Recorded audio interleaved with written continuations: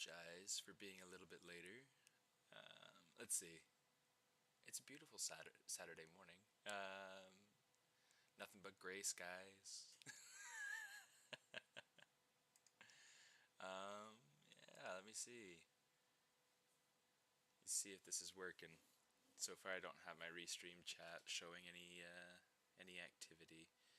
So I'm gonna check on that real quick. And if anybody tunes in while I'm here, oh, it looks like okay. Now we're starting to have people come in. It looks like. So welcome, welcome, welcome, welcome.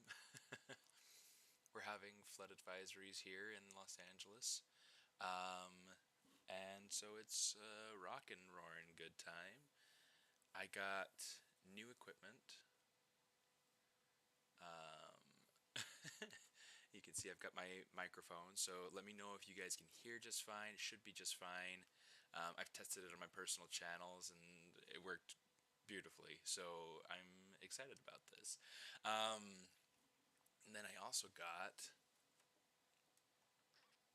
this beauty. So last week I had just my monitor, and it was hard to kind of like manage my stream and stream at the same time using just the one screen. But now I've got two screens, and I can have my stream on one side and the actual. It's kind of funny. It's kind of warm now. I'm about to take my sweatshirt off, but I can do my actual work on another screen. So I wanted, let's go ahead and get ZBrush open. I'll probably have to drag it to the other screen because I just barely got this Cintiq set up. And so, yep. Okay. Oops, that's not what I wanted. I wanted this one. Grab it. Bring it over here, expand it. And now that we have this, let's go ahead and say config store config. Okay, so that should keep it so that it's on the right screen now. This is exciting. Okay, so if you're familiar at all with what I've been working on in my spare time, I've been working on these characters. In fact, let me open a couple up just for the sake of fun. Well, like for instance, here is Salt. Let me turn off the red bits of the hair. So there's Salt. She's super fun. Like, I really, really like her. So here's Salt. In fact, let me make them nice and small so that we can see things a little bit better. Let's put that in there at a little bit higher of a focal length.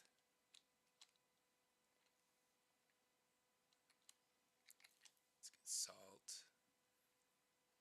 You know what? Let's drag this down here so we're a little bit easier to see. Let's grab hair, cornrows,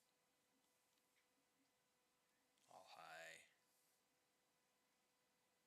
Okay, so there's Pepper. We're just gonna kind of pull out like the whole lineup of what we've got so far. Let's go up. Got Pumpkin Spice. She has some material issues, it looks like. She's all shiny. Here, let's go to Skin Shade 5. Did I not load Skin Shade 5 in yet? It looks like I haven't loaded Skin Shade 5 in yet. Here, let's just go to Basic. Skip those until next restart. See, Plugin, Subtool Master. Fill, Material, okay. So there we go. Now we've got Pumpkin Spice in there. Okay, load tool, and then for the sake of space, I'm going to go ahead and say Tsushiyama, because I know that he fills a lot of space, and he's kind of shiny anyway. He's gonna be made up of sushi, so so that kind of works anyway. But let's go ahead and yeah, you know what? Let's go ahead and say fill material. just so that I use more flat color. So yeah, these are some of my food demons, and this is how. Well, hopefully the sound isn't low. I mean, it's as high as I can make it.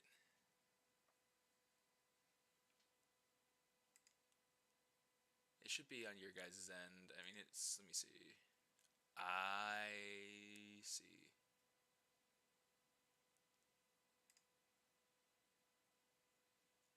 Let me see if I can do some stuff to fix it. Sound is pretty low. Is it better now? I went ahead and changed my device there, but I think my microphone might be.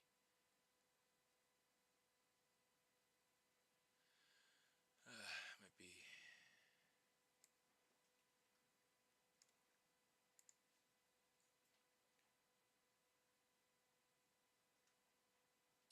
Let me see. Sound settings. Input.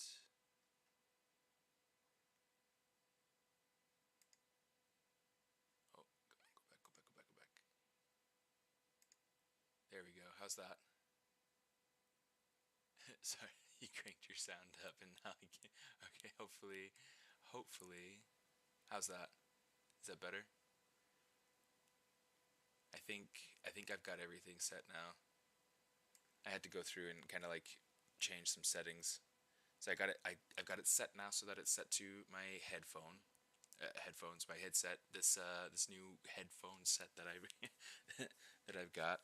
I also cranked that volume up, so it should hopefully. Yes, yeah, because like it was set to. I think it was set to this one. I'm not entirely sure where the receptor for that one is. So hopefully that's fine and dandy now. So that's good. Yes. I bet I had a whole bunch of people duck out purely because they couldn't hear me. Cool. So yeah, these are the food demons, and there are a whole bunch more, and I've got a whole bunch like already in progress. But what I wanted to do today is I wanted to get started on another one, and I'll be using Tsushiyama as a base. Okay, it's kind of fun that his mask kept the shiny. His mask kept the shiny because it has a texture map applied to it, so it's just kind of funny. But yeah, let's see. To show you let's grab texture. Let's say import. I think. Oh, I need to go to concept. Okay, so here's kind of a list of ones that I want to do. So I was thinking about doing muffin top.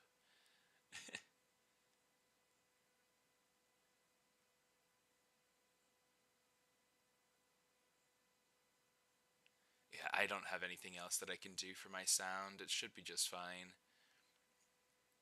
It should be just fine. Let me see if I can get anything else further on this.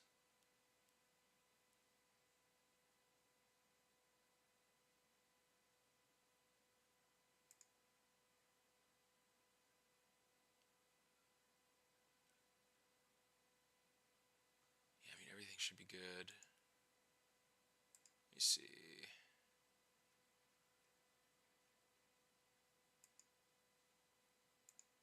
I wonder if there's one to.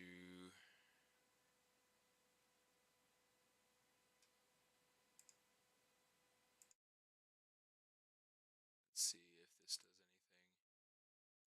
I'm going to say, let's push this thing.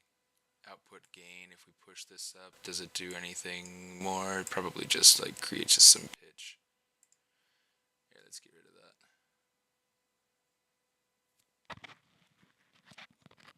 Well, I mean, it was just out a little bit, so maybe if it's just closer to my mouth, maybe that's all it needs.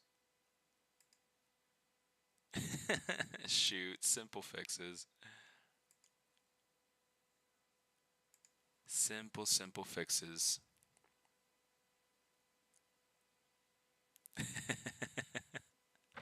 All right. I guess it just has to be uncomfortably close to the mouth in order to work.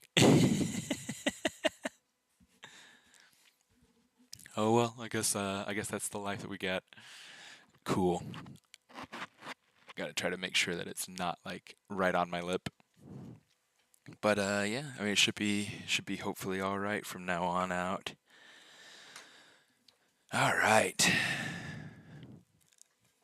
So let's see if maybe I can get a drink of water without. I'll move this out of the way while I drink.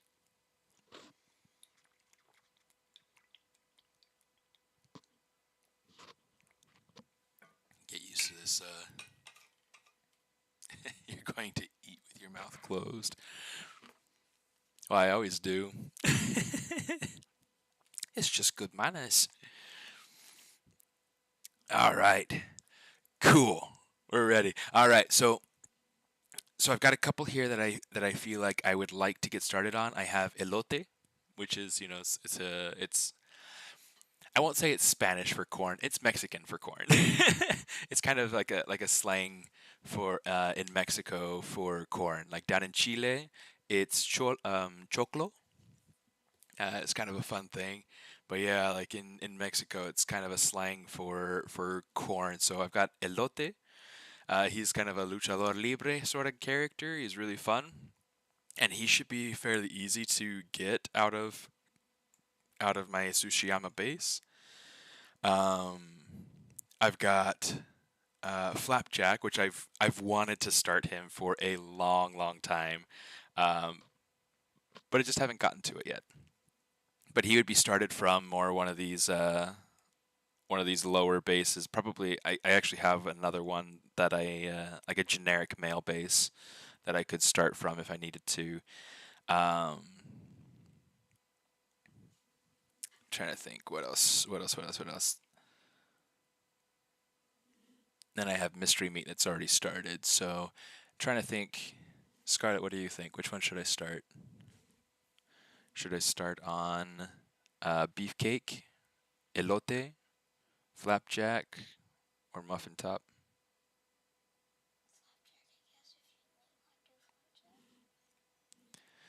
My daughter's voting for Flapjack. What do you guys think? Is it coming over to Flapjack? Yeah, let me open them up so that way we can. Oh shoot! Oh shoot! Oh shoot! Um, what'd you say?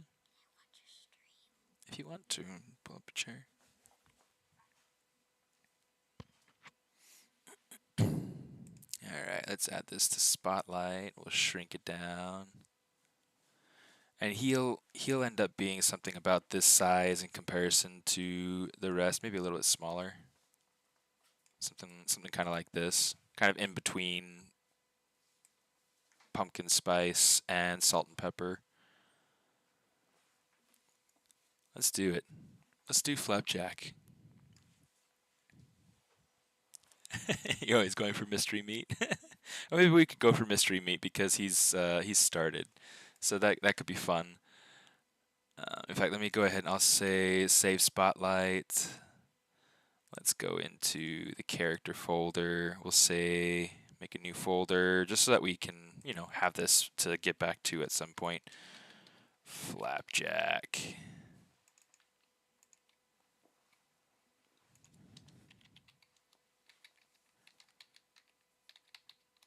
Flapjack Spotlight. We'll just call that good. All right. So there's that. Let's go ahead. Let's load in Mystery Meat. So there's the start for Mystery Meat. He's got a long way to go, but he's really fun. I mean, he's going to be a good one. He's going to be a really good one. Let me see. I'm going to go ahead and say vinyl's kind of a cool material. Let's go ahead and use this one. See what we get out of this. I don't like the noise that it has. Oh well, let's just go ahead and say basic then, or wax. But that's a little bit yellow, so I don't want to. I don't want to do that. Ooh, I won. Yeah, You're the only one that said anything besides my daughter, but she's okay with it, so it's okay. Um, Let me see.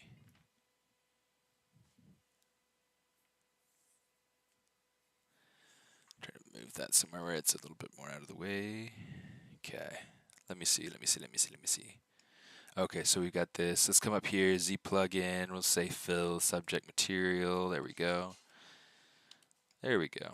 Okay, we've got a lot to do to kind of make this guy work, and I'm going to do a lot to. She's all right. She'll be all right. Okay, let's go ahead and say import. We got to go over to our concept folder. We'll grab mystery meat. Add that to Spotlight. Let's shrink it. Let's grab this guy. We'll just delete that. And we'll put this up right there. That way I can access it fully and I don't have to worry about you guys not being able to see it. I kind of want to make his eyebrows like bigger, just because it's funny. Let me see. I'm going to say save Spotlight. We'll go back into characters. We'll go mystery meat.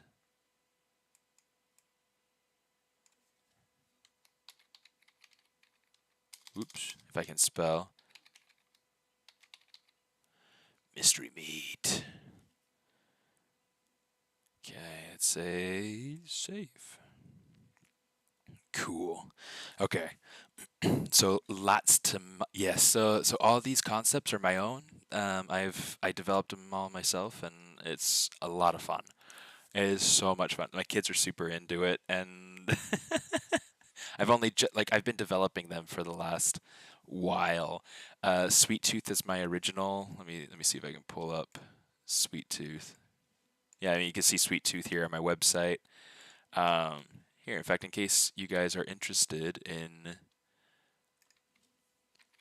finding my website, you can find it there. And in fact, let me go ahead and add this. https://bio.site/smartist. Hopefully the links come through just fine when I'm copying and pasting them, when I'm sharing them. It should be. Get a little bit more water.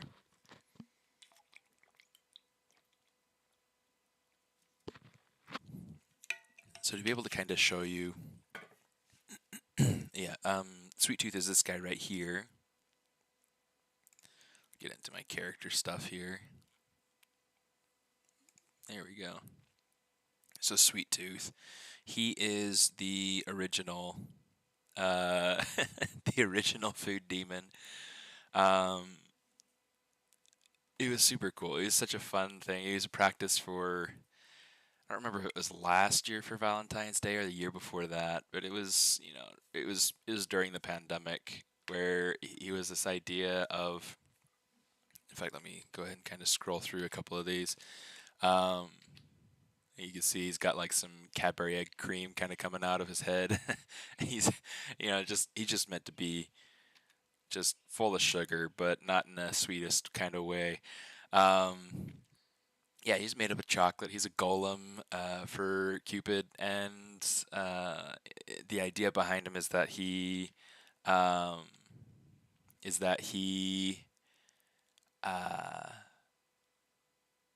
bittersweet. Yeah, the idea behind him is that he's he kind of. I need to switch my phone off or something for a minute. All right, that'll work. So anybody who's, who's unkind or not good to their loved one on, especially on Valentine's Day, it becomes a bitter day. Because they can't taste sweetness. It's like it's kind of a fun thing. I got to go through and really work out my what's it called? My description of this character, his bio, but he's so much fun. So now this is Mystery Meat.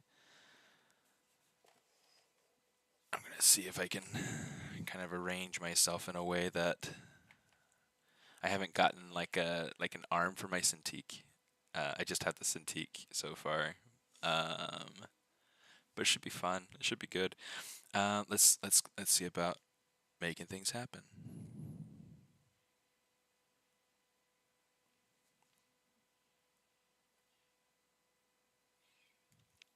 All right, cool.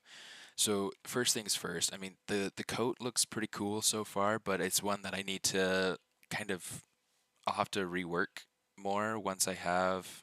Here's let's actually make a folder with this stuff so that we can say um, clothing, just so that we can turn all that off. I'm going to modify his body to better match what's happening in this character. So a lot of what I want to do is like get the legs to be a lot shorter. I need to modify those feet so that they're not so long. There's a lot that I gotta work with here, but it's fine. We can totally do this. And by the end of this stream, we'll have to see if we can get a fully realized Mystery Meat. What do you think, Scarlett? Can we do it? Yeah. Yeah. Oh yeah. Mystery Meat.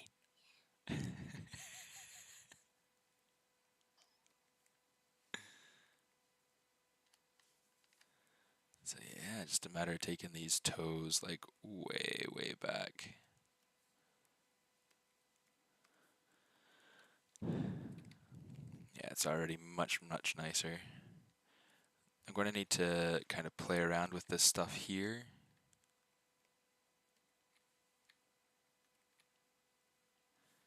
Let's see.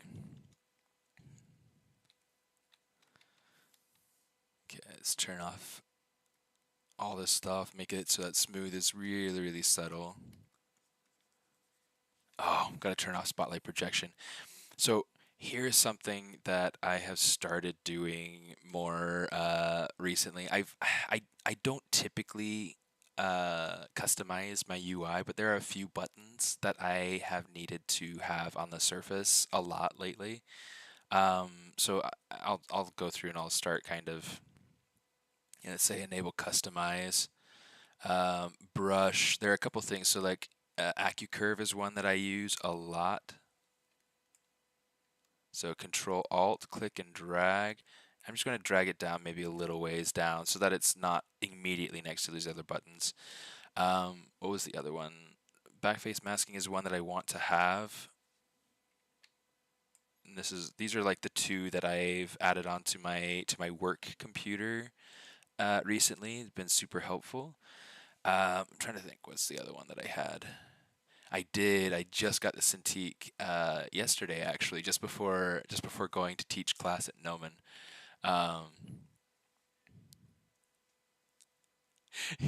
Yeah, I learned about that Japanese version of Valentine's Day. Yeah, so I got the Pro 24, which is it's really cool. I mean, it's the same one that I had at work, so it's kind of, I guess, a zone of familiarity, if you will. So it's just nice. Um, let me see. Let me see. Let me see. Let me see. Let me see. Let me see. We've got. There's one other button that I wanted to add, but that it's like it's too long, and I wanted to put it up here. I'll remember it at some point. Okay, let's go up preferences. We'll say enable customize. We'll say store config. Oh, something just made sound.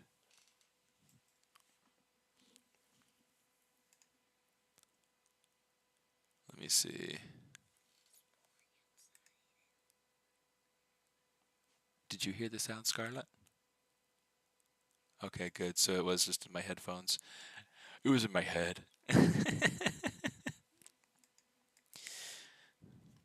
I'm going crazy. Oh, that was the other one, spotlight projection. So let's go in here, we'll get samples, spotlight projection, turn that off. That's the button that I wanted to be able to add. I wanted to add it like up over here or something like that. Let's do it. Preferences, enable customize, brush, spotlight projection, control alt, click and drag that onto the spot where I want it. That looks pretty good. I dig it. What do you think, Scarlett? Do you dig it? I dig it too. Alright, so now we got that there. It's much easier to access. Now I can just say turn off enable customize and hit store config. Man, it's so funny. Oh, you guys can probably hear that too. I have desktop audio turned on.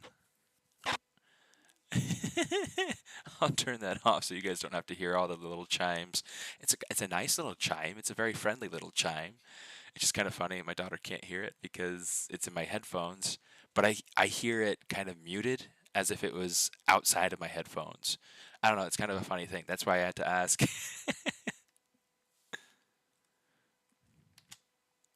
All right, let's go ahead and get this kind of relaxed a bit. I want these shapes from like leg down into the foot to be pretty streamlined, to be really nice and smooth, to be kind of, yeah, just nice. Just a simple, easy flow. Okay.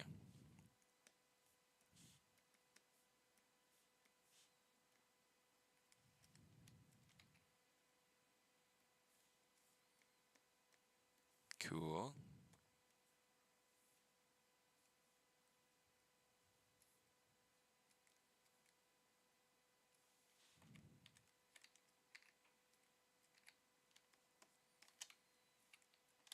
Something like this.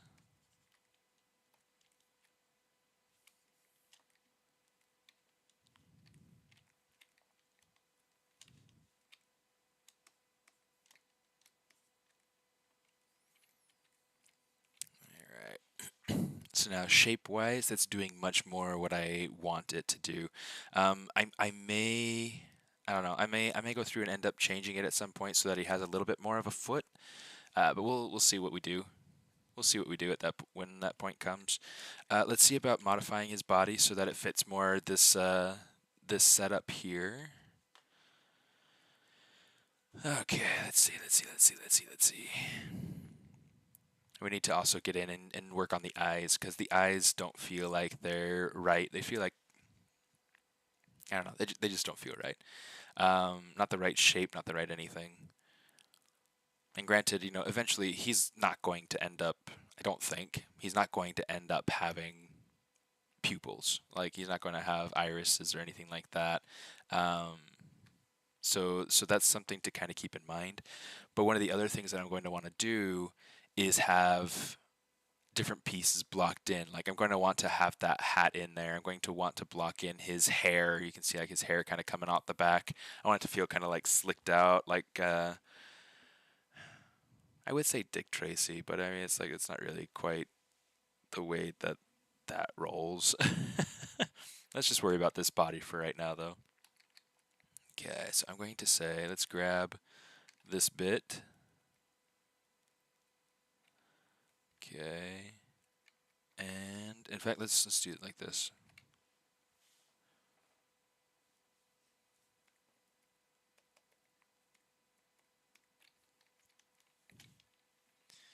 Okay, I'm just going to kind of elongate that torso. I might modify my design a little bit. I feel like this goes down really, really far.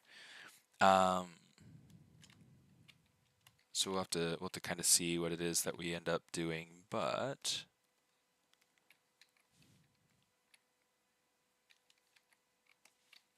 here, let's see if we can kind of modify. It's kind of hard for me to see. Sometimes I'll check up on my other screen just to see how it looks in a more straight on sort of way, because like this this screen is not by any stretch of the imagination. It's like laying down. I'm used to it like facing me. It's so much easier to work with that way. But it's I just don't have a Cintiq arm yet, so someday soon. by next week I should have one. Um, Planning again on getting like the similar one to what I had when I was with my work computer. Um,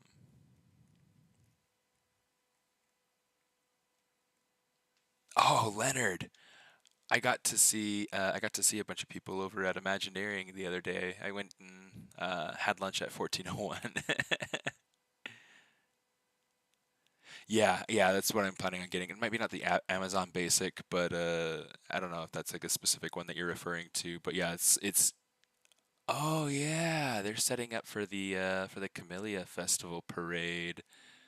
I forgot.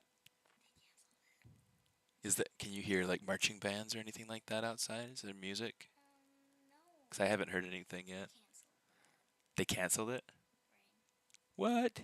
You mean they're not willing to like walk in a little bit of rain? Thanks, Ruben. Yeah, it's only $100, and and it works beautifully. It works the exact same, and so that's it's snowing up. Oh my goodness, it's snowing up at Leonard's house. He's just over. He's not too far away. He's like 45 minutes away. Maybe we should go and check out the valley this afternoon. I don't know. Just have fun. It's probably not. It's probably just like a dusting, right? It's not very.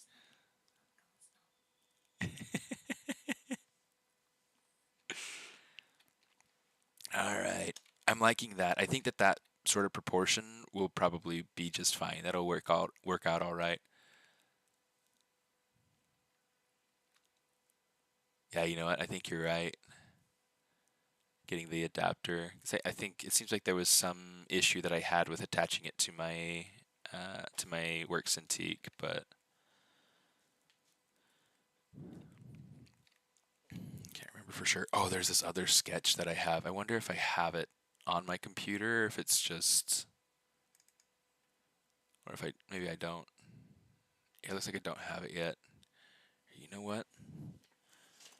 I'm going to add it to my computer real quick so I can show you guys. I have this sketch that I did. It's so nice, like being able to look wherever I need to, um, and I don't have to worry about you guys not being able to hear me any less because the microphone's right here. Yeah, let's see. Yeah, I have a sketch that I did of Mystery Meat like in pose. So I'm just gonna go ahead and share that PNG. Let's say save image, Dropbox.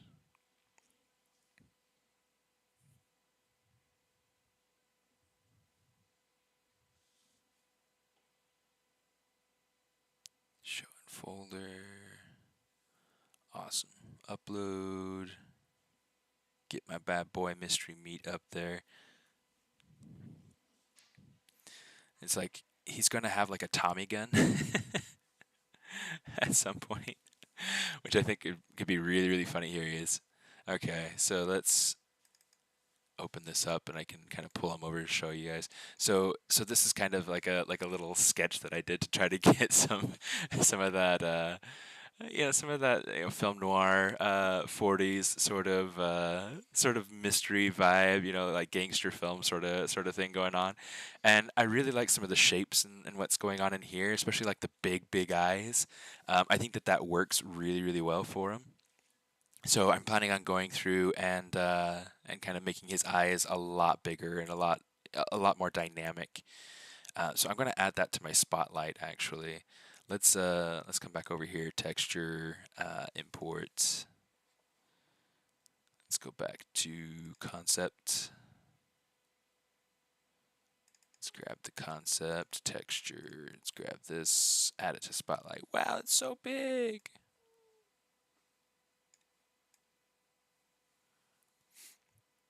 Just gonna make this nice and small, and maybe what I'll do, maybe we can just flip it and put it over here or something. Just so that he's there for our reference. In fact, let's go ahead and save that spotlight too. So let's say save spotlight, mystery meat, sweet. Replace it, please do. Yeah, I figured it probably wouldn't stick because of the rain.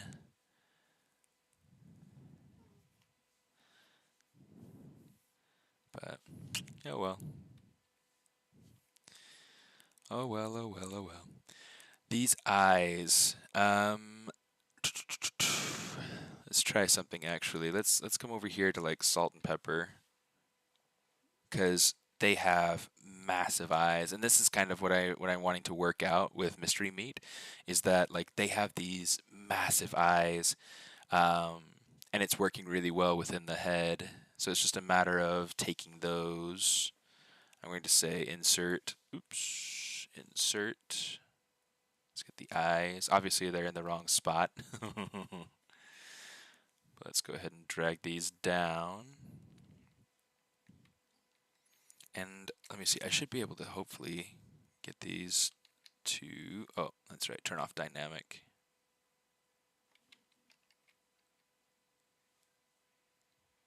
Let's go ahead and kind of move these, maybe to about right there.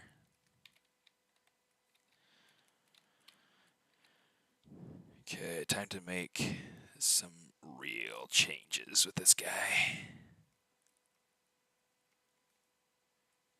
Okay, I'm going to take these eyes, and here's what I want to do. I want to go ahead and save as.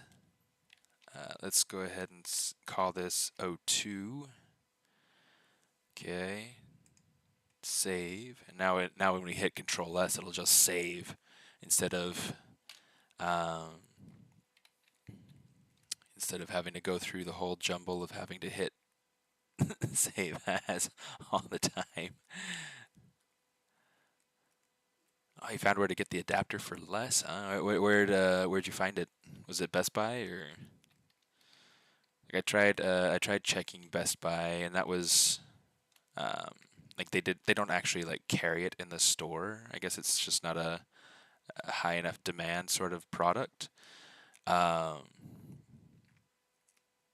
I mean, I'm pretty tall, so oh, it's on sale. Okay. Okay.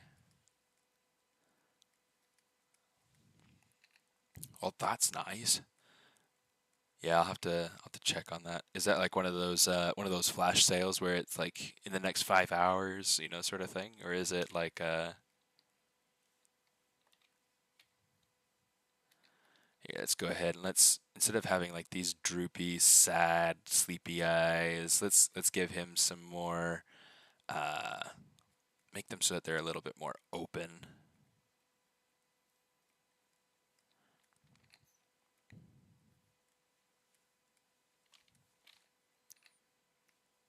Let's kind of pull that back. One of the things that's kind of tricky with this guy in particular, oh, I guess with the male characters, I'll say with the male characters, is that they don't have eyelashes. They won't have eyelashes, and so making things read really nicely without the eyelashes is going to be, I'm going to have to rely on different texture techniques and things like that at some point. Um, it's so much harder for me to see what it is that I'm doing with the screen down like this. Yeah, I'll have to order that. I'll have to order that Cintiq arm today, so that it's here before next week. Hopefully, right? It should just be a few days. Oh my goodness. I'm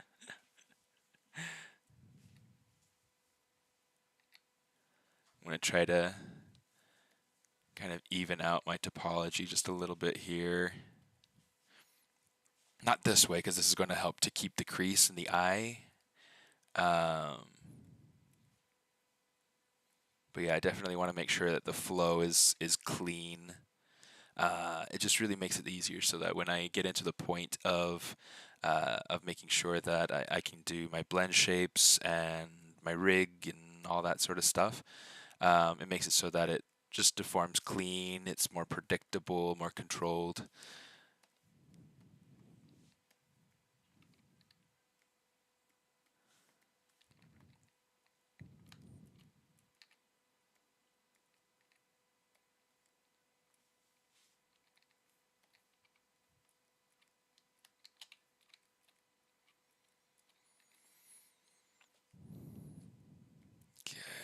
Let's open up that eye even more.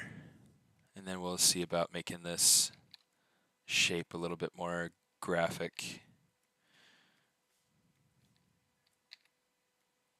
It's like I want that bottom eyelid to feel pretty open.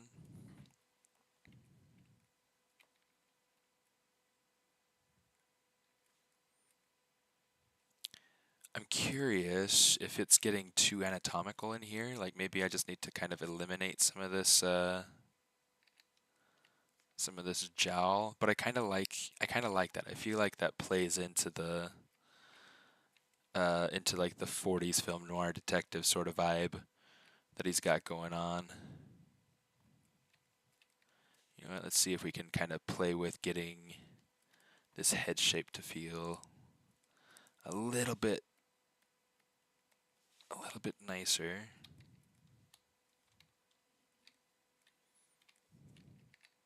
There's a lot going on with this character, and I think that it definitely just requires taking a few of these things in a little bit.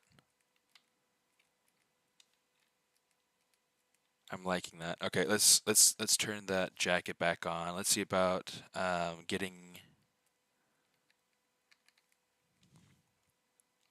Oops. Let's see about getting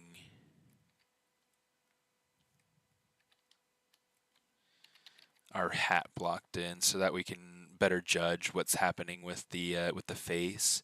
I kind of like the idea of having like these massively thick eyebrows. Why is this like doing weird things for me? Yes.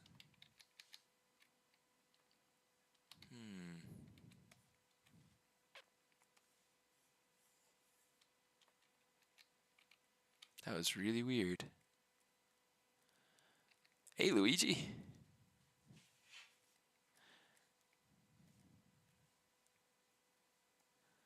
That's really weird. What was going on there a second ago? In fact, let's take these and kind of move them a little bit more toward the center.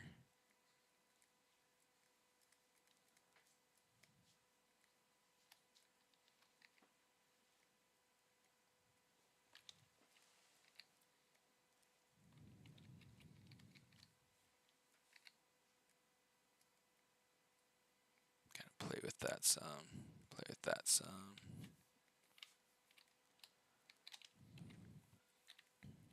Okay, that feels pretty good. Let's get some other elements blocked in so that way we can better judge the rest of the character. I'm going to let's start off with the pants because why not, right? Why not? I'm going to actually let's say Control Shift D. Pardon me. And let's say let's get this thing isolated so that he's got just pants, right? Really easy way to block out. Yeah, see, it got rid of it like messed up my UVs. Texture map. Okay, cool. So we don't need to worry about texture map. Let's go ahead. Let's say Z, and then we'll like color pick from the pants area here. Say color. Okay, mRGB. That's good. Fill object. Okay, and then we'll say deformation, inflate.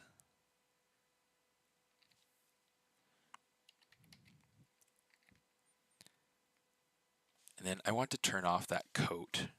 That coat is going to create some issues for me being able to see. So yeah, just gonna turn it off.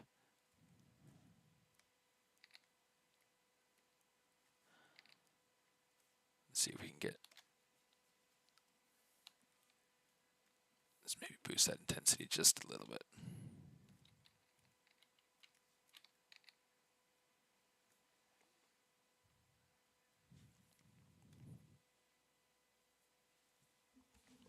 You doing okay, miss? Here, let me actually take a screenshot of your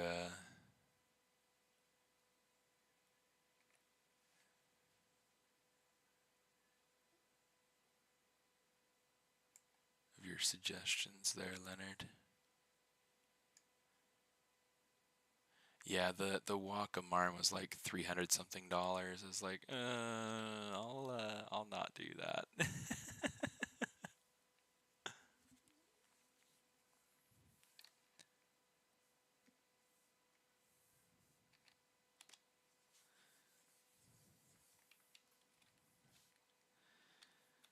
I mean, I did think about it purely out of like simplicity's sake. It would have been so much easier than going through the hassle of trying to to order and to wait and to whatever. Um, but I mean, I should be able to manage just fine.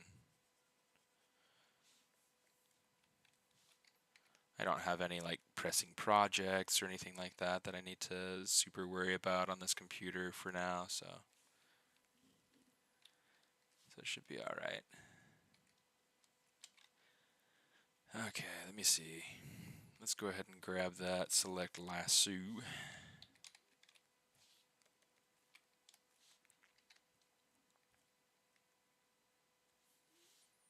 Just kind of pull that down so we can...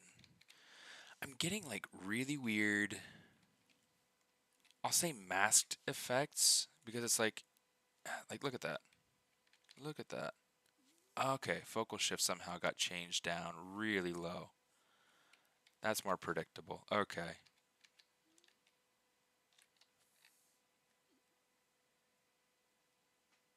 Yeah, it's like what's going on? I didn't even think to look at the focal shift until just now. Good grief. I don't know how that had even gotten up so high. Maybe it was one of those times where it's like you accidentally hit a button. I hate those times.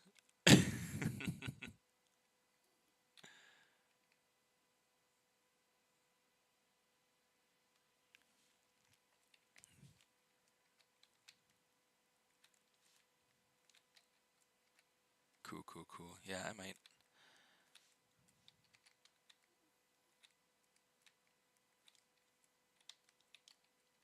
Here, you know what? I'm going to smooth it out and then make adjustments.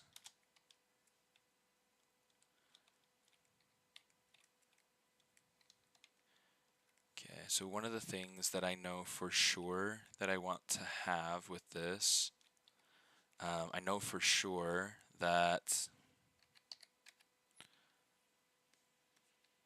Oops, that was too much.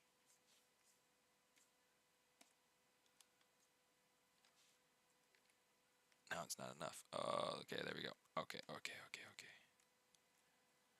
Cool. One of the things that I know for sure that I want is to have like a nice crease on those pants, so that it's like, so it looks like it's been pressed. So it should be kind of nice. Yeah, the Cintiq arm stuff is really pretty simple. How do you create blend shapes? Very carefully. Yeah, I actually won't be going over creating blend shapes, not in this stream. I probably will at some point in a future stream, because it's helpful stuff, and I'll need it for the project anyway. Um, but yeah, don't go head first down the stairs. Um, but yeah, yeah. There we go. Cool. Let's see. So yeah, to be able to add those pleats, or not the pleats, the creases in the pants.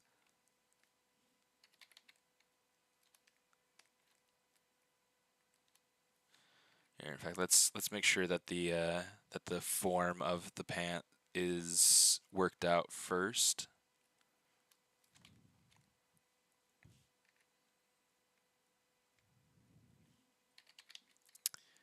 It's always kind of a tricky thing, is working out these sorts of symmetries. Okay. So to be able to create the crease in the pant, I'm going to want to do it with maybe like this edge. So I'm going to have that edge lead in the shape.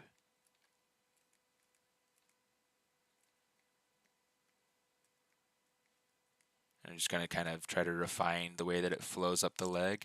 I'm not going to have this crease happen all the way up. You love, yeah, yeah.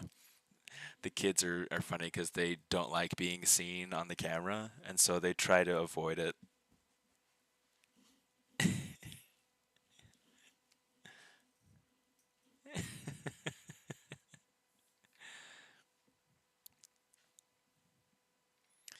Okay. Yeah, they've been highlight during meetings at work and everything as well, where it's like they've gone and they try to not be seen, but they try to be seen at the same time. um,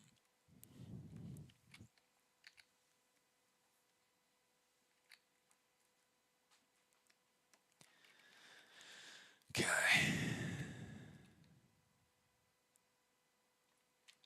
So here's what I'm going to do. I'm going to grab this specific edge, and I want this to be more about right here. Okay, I want this to come to a good spot on the leg, and then I'm going to have this edge loop also come toward the center.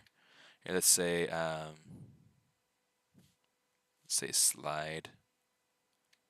Oh, you know what? Edge loop partial. I wish I could do it, but just like, I mean, I could go like this.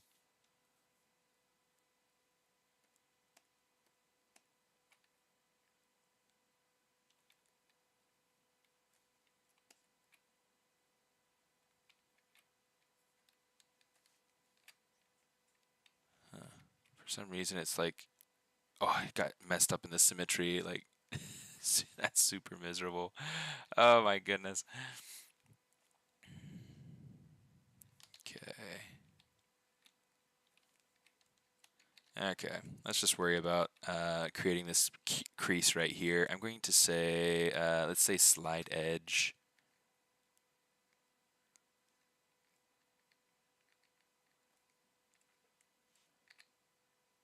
And then we'll just kind of get a slide point going on. This way, these edges right here will help to create like a crease, especially down toward the bottom. And that'll help to create a nice dynamic shape. Okay, mirror and weld. Oh no, oh no. Oh no. Okay, let's do this then. Since we don't have symmetry, I'm just going to go ahead, mask off the side that I want to keep. Deformation, smart resim, just to be able to make sure that this is doing what I want it to do. A little jerk. Just kidding. Um, it's fun. It's all fun. It's all good. We got this. We got control over the software. Okay, just kind of cozying points out so that it's a little bit more comfortable. I got a little bit too far, I think, down this way. Let's see.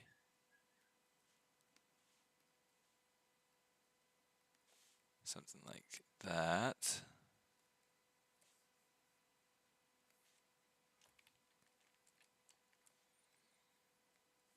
Let's get some of these points kind of moved up.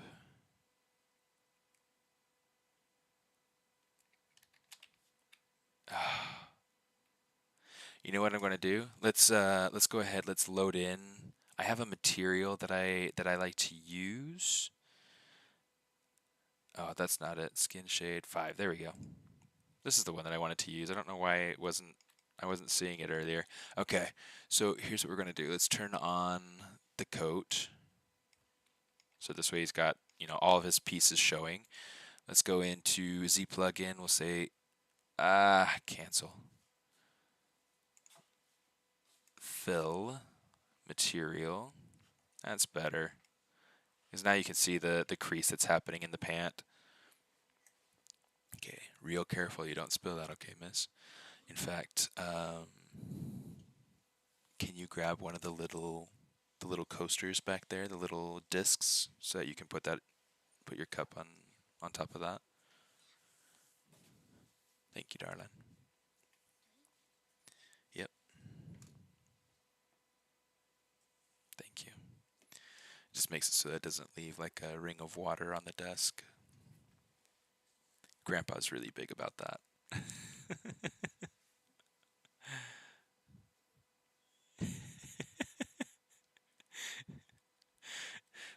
Somebody was laughing at seeing you crawl around in the background.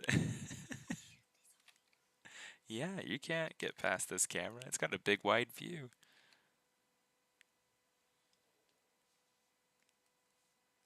It's kind of like on Moss, where it's like you're trying to sneak past that eye, but the eye sees you anyway.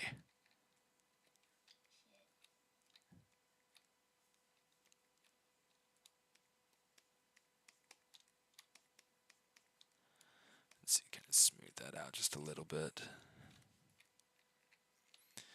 I'm trying to.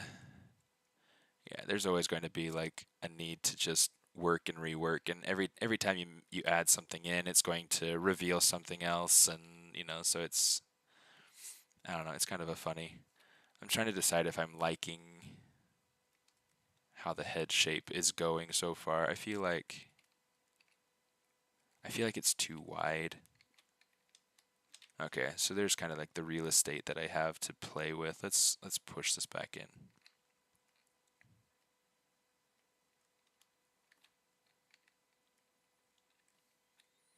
Push this in here, something like that.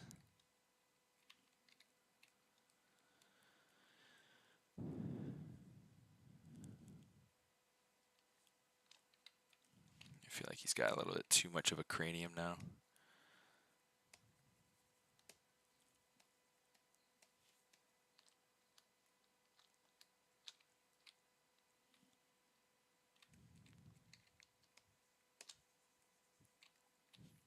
Oh, oh, oh, oh, oh.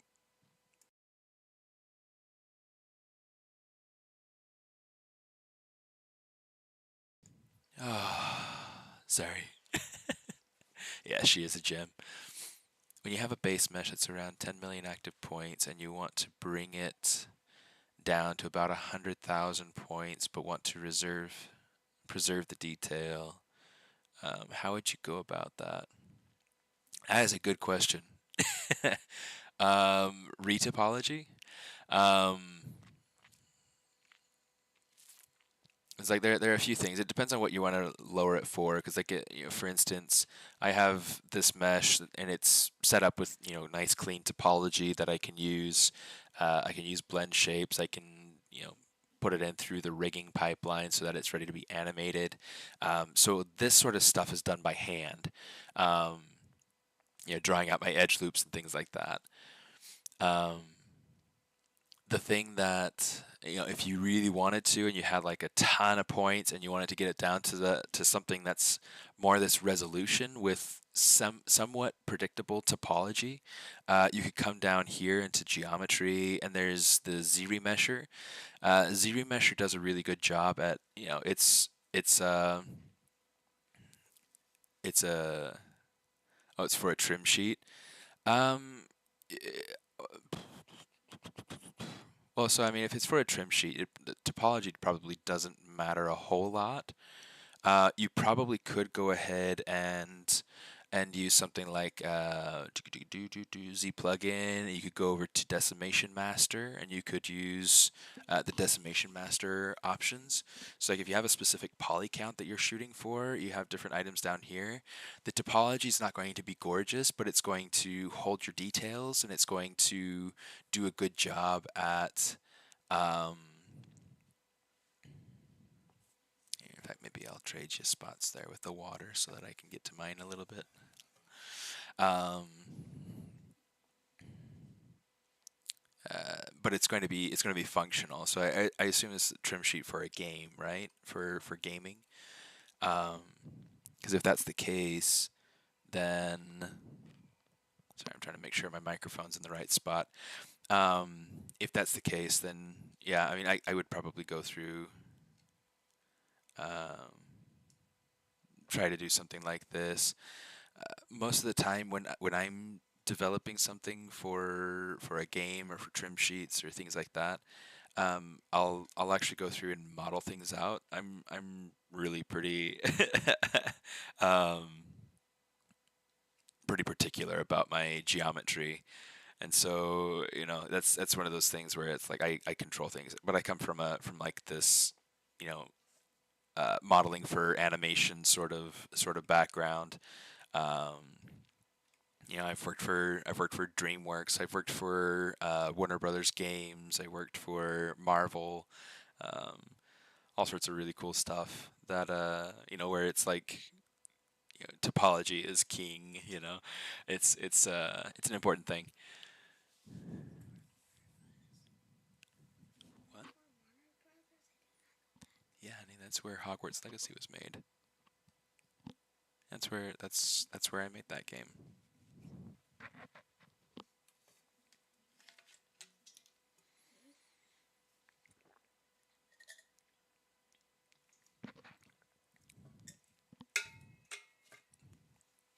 Yeah,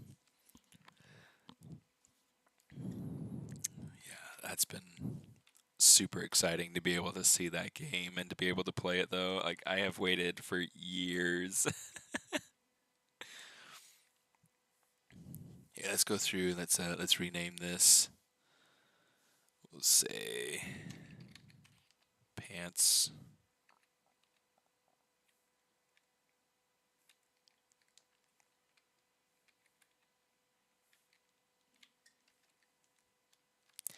The shape on the bum here, that's way too lumpy. That's not how I want it to look. So there are a couple things that I want to do. Let's first start off with this, and we'll start to refine this booty shape here. I want this to feel more like it's draped across his cheeks.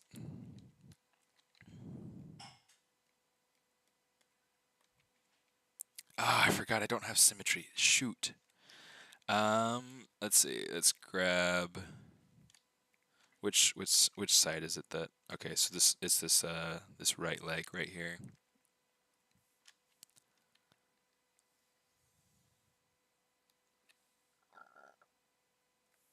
Let's do this. We'll hide that, hide that, hide that, hide that. Control A. Okay, so this way I should be able to hopefully restore my symmetry just fine. Smart resim, yay! Turn on symmetry. There we go. That's the smart way to work.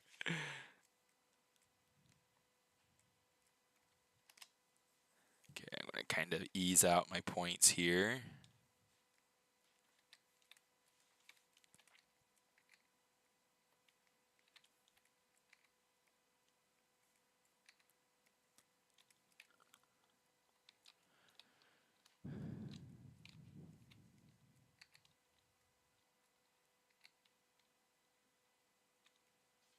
Very cool. Yeah, glad I can be of some help.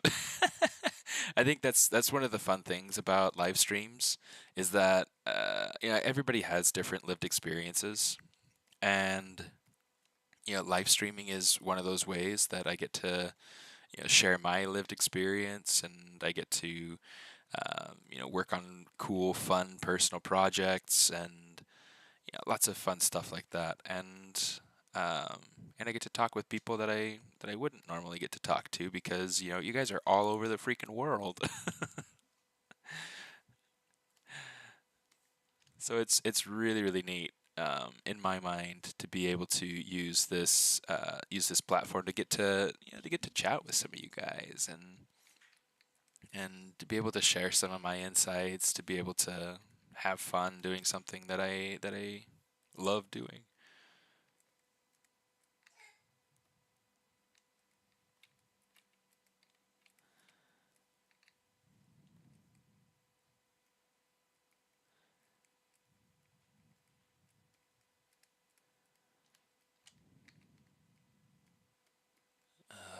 So much fun though. And there's so much to work out, but but let's turn off that code again so that we don't have to worry about seeing it. Okay, so that's hanging a little bit low, so let's just kind of raise it some.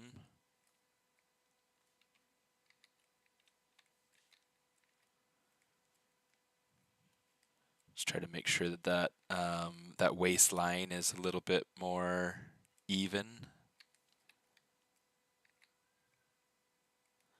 One of the things that I'll do at some point, most likely, is characters that have a whole bunch of clothing like this. I'll probably get rid of the body underneath the clothing and just leave the clothing, so that way I don't have to worry about possible interpenetration. Here, let's go ahead and get this, smooth this out so that it's not so rounded.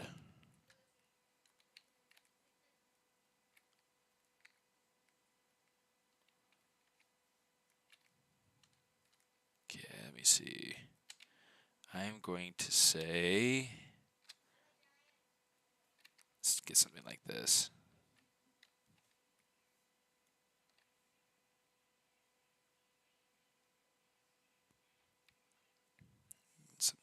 Something like this, and that should hopefully help to eliminate some of the issues that we were having.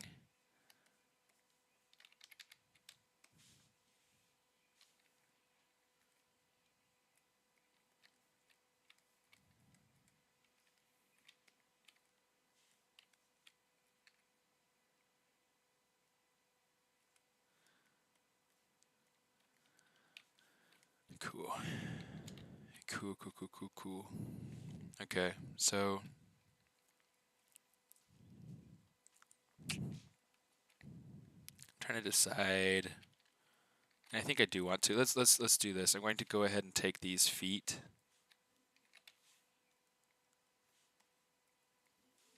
Let's kind of isolate it for now so we can see what we're doing. Oh, that's not what I wanted. Well, it doesn't really matter either way. I'm just going to hold Alt and kind of scale that in so that it creates a little bit more of like a tapered effect to the leg. And then we can just kind of make sure that that's nice and even. Okay.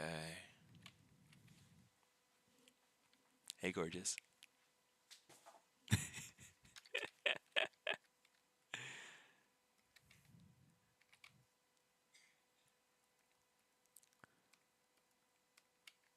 Okay, let's go ahead and take this and kind of lower it just a little bit more. Oh, I'm getting a little bit too much to that foot.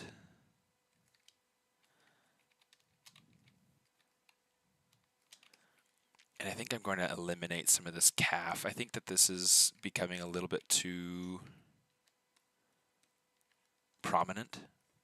Since we shortened the leg, it feels like it's standing out a little bit too much. So just gonna try to like lessen some of this extremity down here.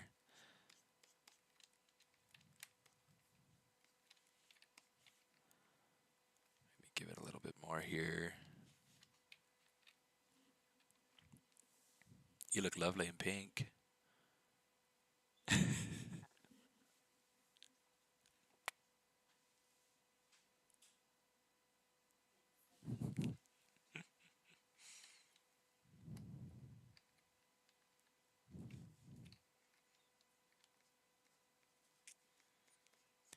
Just kind of smooth this down a little bit.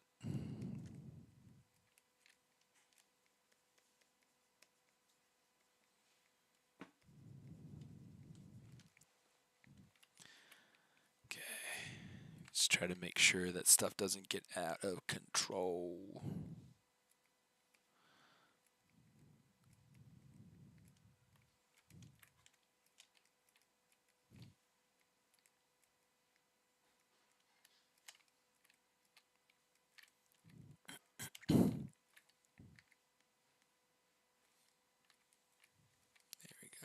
maybe something like that. So now we check this out. We can go ahead and we can taper in the bottom of the pants a little bit better now. You know what? I kind of want to take these feet just a little bit further away from the center. The knees too. Okay, that'll be a little bit better.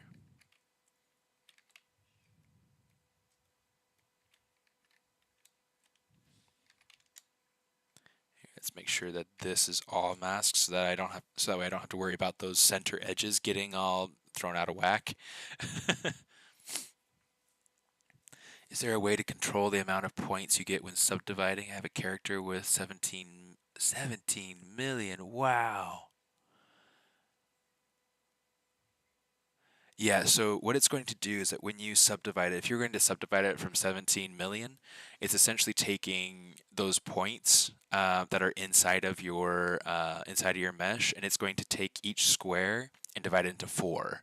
So if you think about your, if you take your active points and you kind of multiply that by 4, so like right now, I've got 859 at this subdivision level, but at this subdivision level, it's almost 4 times that amount.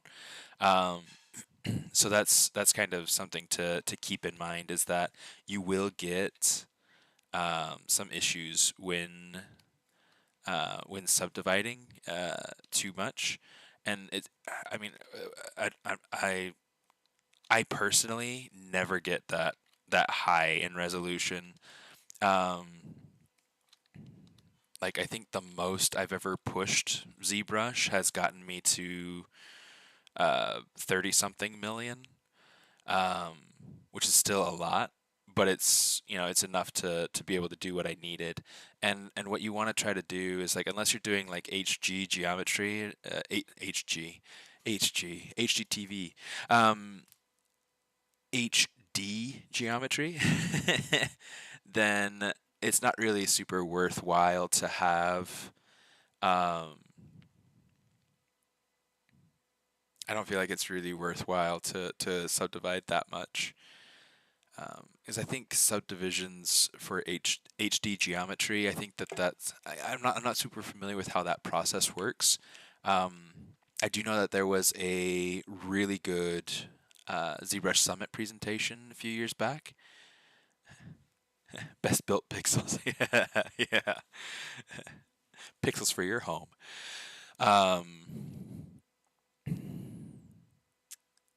But yeah, I think that the big thing. Oh yeah, so presentation a few years back from Chris Costa. He's an absolute genius with his portraits and his just beautiful work that he does.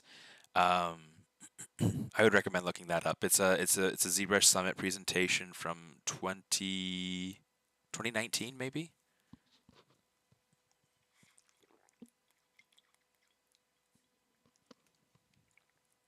Curious question about modeling of the scene. Is detail like a mid shot of the subject and another shot is a wide shot of the subject? Is it a good practice to have 2 models? Generally speaking, no, you don't really need to worry about having multiple models. It's like, if you're having a mid shot and a wide shot, at some point, we'll use what we call an LOD, which is a level of detail. So it's a much lower resolution model of what it is that we're looking at. So, if I were looking at this guy and we were playing with him like right up close to the screen, then he'd be 1 resolution. But if he's just a background character and we're only ever going to see him this big, I'm not going to worry about having nice edge loops around the mouth, nice edge loops around the eyes. He's going to be kind of like a sphere for the head, and he's going to like have really super simple geometry, really low res. It's really just enough to be able to maintain a silhouette from this sort of distance. So you think about kind of what it is that you're using your stuff for. Like, for instance, on well, I guess in gaming, there are LODs that happen, like in the distance, and then as you get closer to a character, it automatically shifts up in resolution. If you ever play video games, you'll see that kind of happen as you get closer to an object. I was super enjoying watching this happen with Hogwarts Legacy, with like the environment. It's not as easy to see with characters, but you can notice it with like the environment as the environment starts to fill in. As like, for instance, if you jump on a broom and you start flying around the environment, um, you can see you can see trees and things start to fill in. They start to get higher in resolution. They get more detailed and things. Like, it's so cool. It's a really neat thing. And um, and in animation we do similar sort of things too. It's like, for instance, um, on How to Train Your Dragon, one of the things that I was assigned to do was to create some LODs, some level of detail models for some of the dragons, because there was that whole Exodus uh, sequence where, in that third movie they're flying away from Burke, and they're going to try to find New Burke.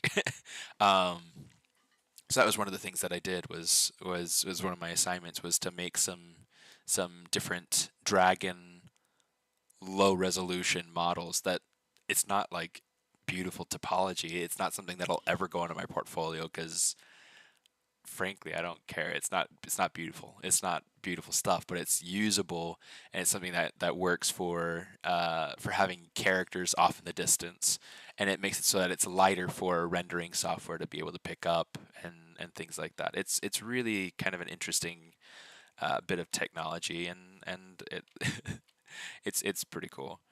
Um, but yeah, so that's where that sort of technology is applicable. Um, for this particular project, I don't think I'll ever have LOD stuff. I'm not intending on having this be like an expansive world where there's a lot of adventuring. There's whatever. Um, but it's should be fun. Okay.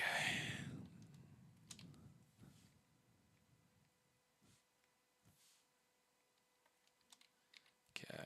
So we've got our pants. I'm going to try kind of emphasizing this crease here just a little bit more by pulling it out some.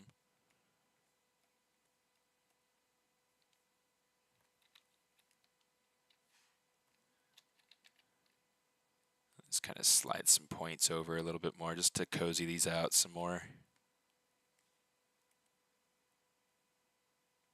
Yeah, it's one of these nice things about like, you can just reuse topology that you already have to make something that kind of already works. Um, this technique though of just pulling out pants from the model. It doesn't work for everything, and it's not going to always work to make pants, but it can get you a good amount of the way there. I personally love using this technique. I use it for most of my characters that I build, um, both at work and at home, and for myself, and for whatever else I build. Right?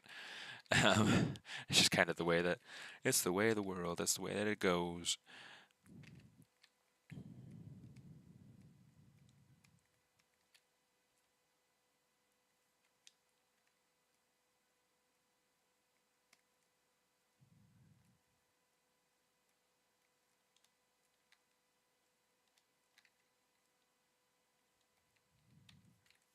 Okay, these feet don't feel big enough now. Yeah, let's go ahead and I'll grab them. Let's mask that, mask that.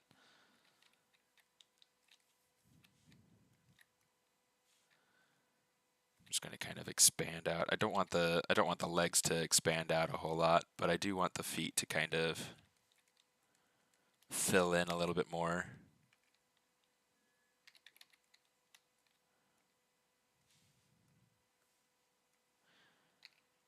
Let's see, maybe we can get like a little bit more of like a pointed toe here, because I think that that might help sell the idea of the character a little bit better. There's a lot that I need to do to see. I keep trying to like check up on the other screen while I work so I can see silhouettes a little bit better. Because like having the screen like laying down, it's tricky. It's tricky. It's just hard. Do I have advice for controlling the amount of polygons in the beginning? That's a good question. That's a good question. It's really just a kind of a matter of putting topology where you need it, and not overdoing it, because one of the things that can happen really, really quickly and easily is that you get carried away with adding in resolution, um, instead of relying on things like render time, smoothing, um, or oh, thank you. Yeah, I appreciate I appreciate you appreciating that. It's yeah, I like sharing things. I like sharing what I do. So, I'm glad that it's helpful to you. Um, let's give him a little less shoulder. And maybe let's kind of modify this shape just a little bit too. Um, Shucks, I derailed myself. What was I saying?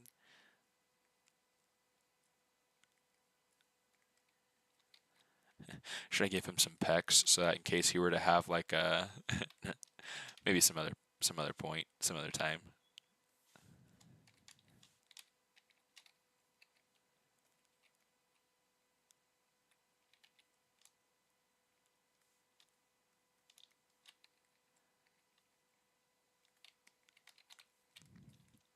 Give him just like a little bit of a chest here, just so that he's not, so flat chested that he couldn't handle himself in a scrap.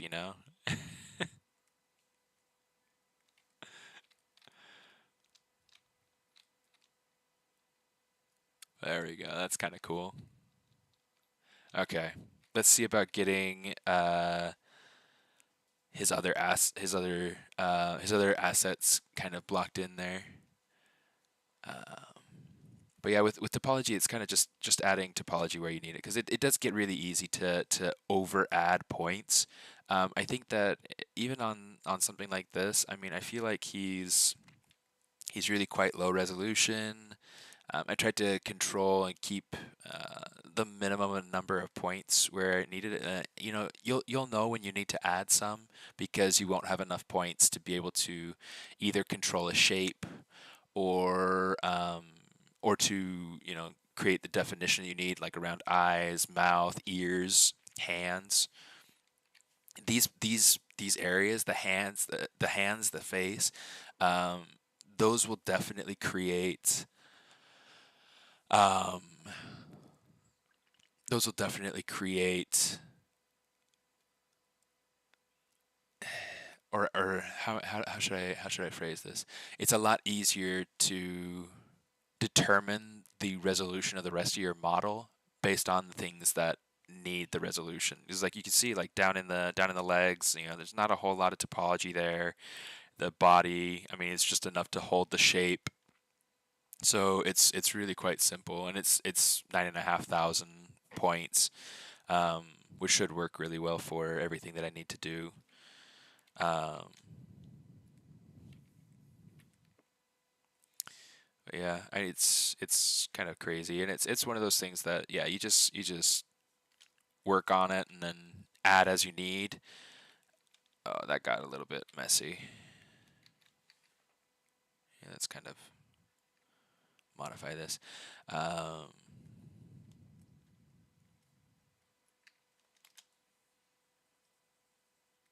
Kind of smooth that down some.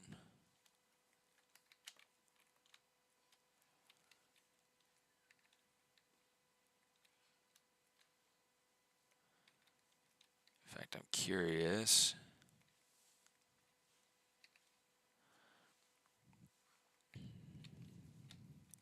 something. I kind of like that.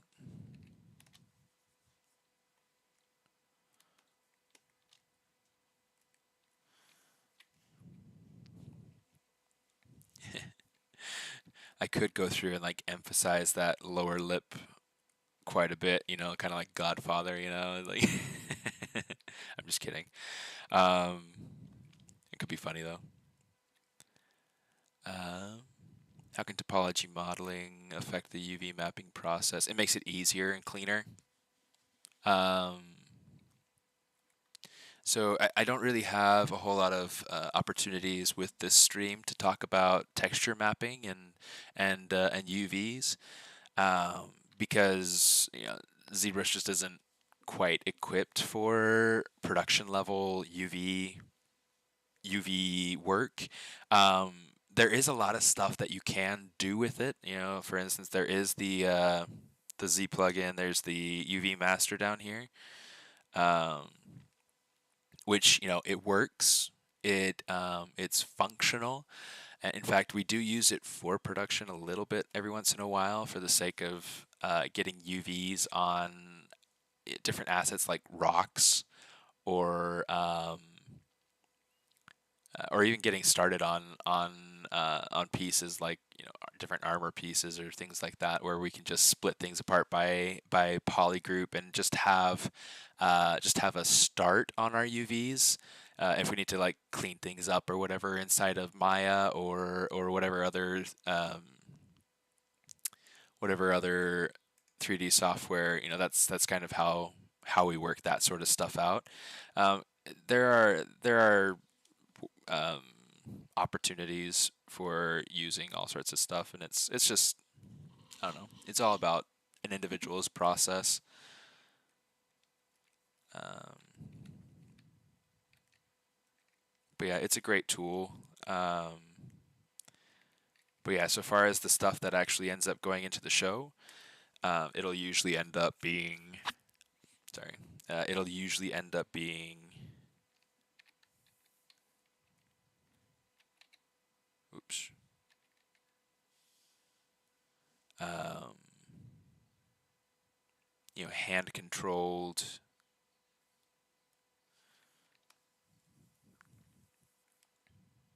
I guess so. He's got the white shoes. Hand controlled UVs done in some sort of external application. So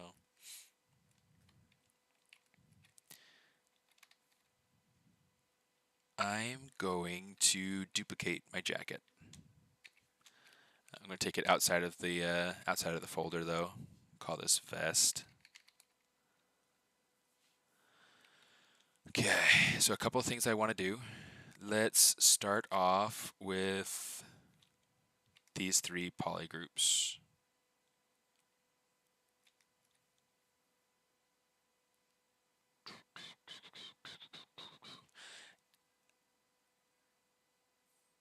I don't need this polygroup, if we're being honest with ourselves. We usually are. Control Shift X. Oh, I didn't even think about that. Here, let's keep this for now, and then we'll go ahead and we'll say geometry, modify topology, delete hidden. Then we'll go ahead and we'll just delete these things down here. I'll keep what's left. I'll keep what's left right there. So let's go ahead and let's get rid of. Well, I guess I can technically I'll just turn off dynamic. It doesn't need to be there for right now. Hey, you blackbird, how you doing? Do you usually have a different username? I don't recognize your username. Okay, so this stuff right here, I have some extra topology in here that I can get rid of. I don't want to have this formation right here for the vest. I want it to just be kind of a grid. So what we're going to do, okay, so we've got, I'm trying to observe, first thing I'm trying to observe is that I've got this this 5-pointed star right here and this 5-pointed star right here. you know what?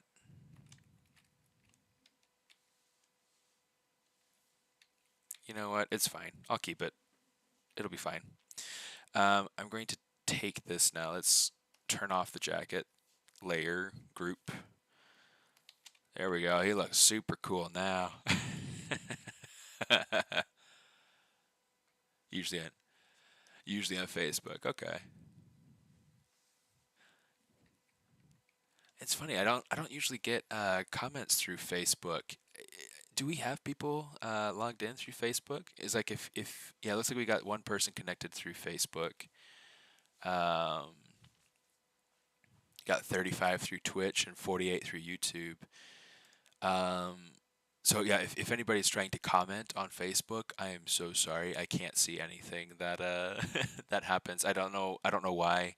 But yeah, stuff doesn't seem to like to come through on the chat. Um,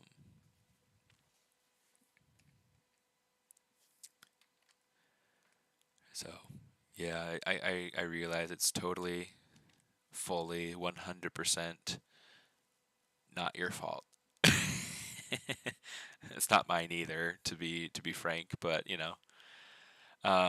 Okay, let's do this. Control W. And then for the vest, we don't we don't need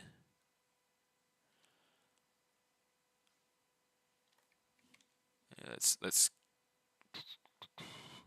we'll keep it like that. Let's say we'll do this. We'll say geometry, modify topology, delete hidden. Okay.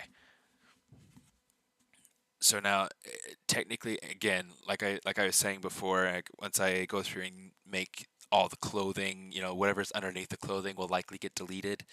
Once I get into the rigging process, um, at this stage, there will also be like a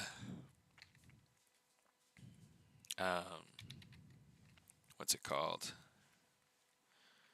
I'm also trying to work out getting.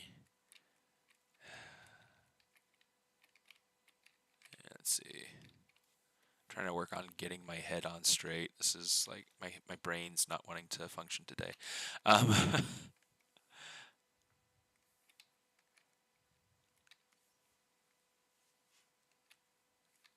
Here, let's go ahead and do something like this.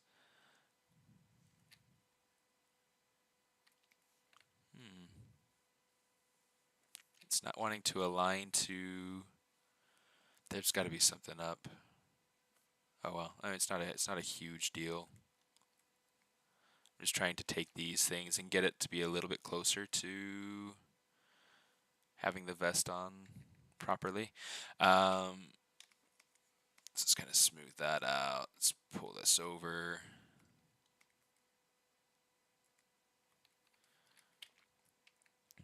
Pull these bits over here.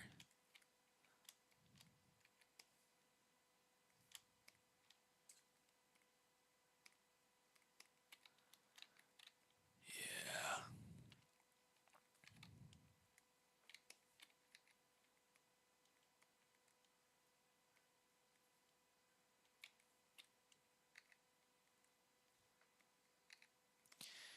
Just kind of close up that gap quite a bit. A lot of this is going to have to be taken in so that it's not at the same spot as the jacket. In fact, let's check it just to make sure. Yeah, so it's still lining up with the jacket. Let's go ahead and take this and kind of move it in some. And I might even have to just take the jacket and move it out some. Yeah, if we're being completely honest. And we are.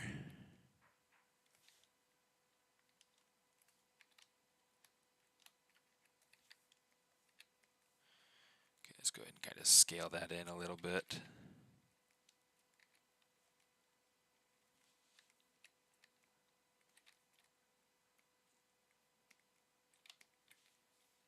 Ah, it's ruining all the all the nice even topology. Like, good grief. Let me see. Mirror and weld, but let's see about having it go the other way. Let's say deformation, mirror. And then we can go up mirror and weld. Just got to check and make sure that we're not getting like everything all messed up over here. So let's see. Let's turn off symmetry for a minute here. Mirror and weld. Turn it back on. Yes. Okay. Okay. You know what? I might simplify this vest. Let's delete, or let's split off the collar. Split hidden. What I'm going to do is kind of smooth that out a little bit. Let's say deformation, polish by features.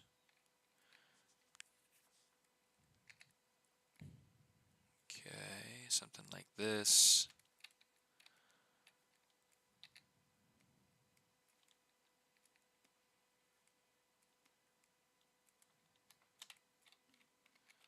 Let's make sure we can see what we're doing here.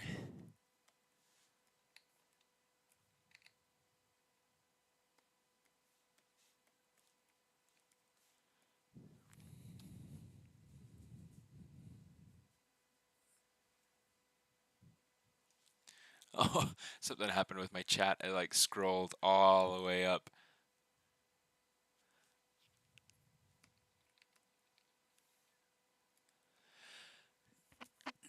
Do you think UV Master is good enough for me to create decals or vinyl cutting templates? Yeah, I think so. I mean, you'd want to make sure that you get your I guess get enough seams to make sure that things lay flat in the way that you want. But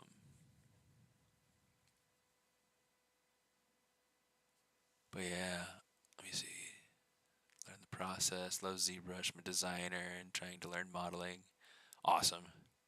Yeah, the channel is really good. There are a lot of people that stream on here, and there's a lot of varieties of people that work in toys.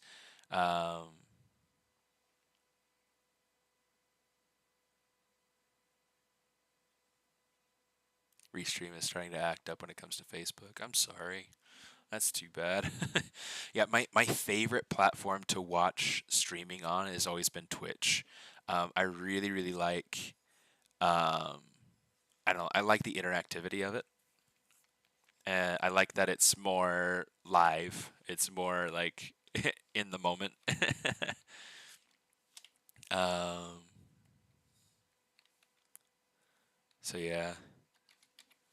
You know what? I'm going to go ahead and say, let's stitch some points together. Stitch to midpoint, stitch to midpoint, stitch to midpoint, stitch to midpoint, etc., right? Etc., etc., etc.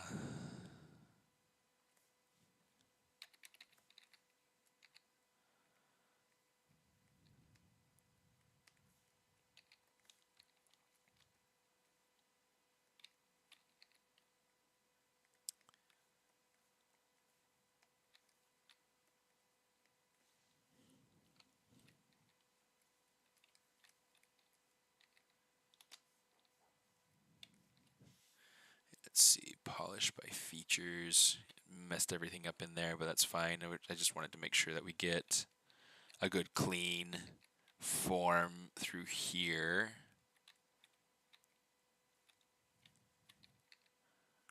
And then let's take this and we'll say slide. Just makes it a little bit easier to get that to be a little bit nicer.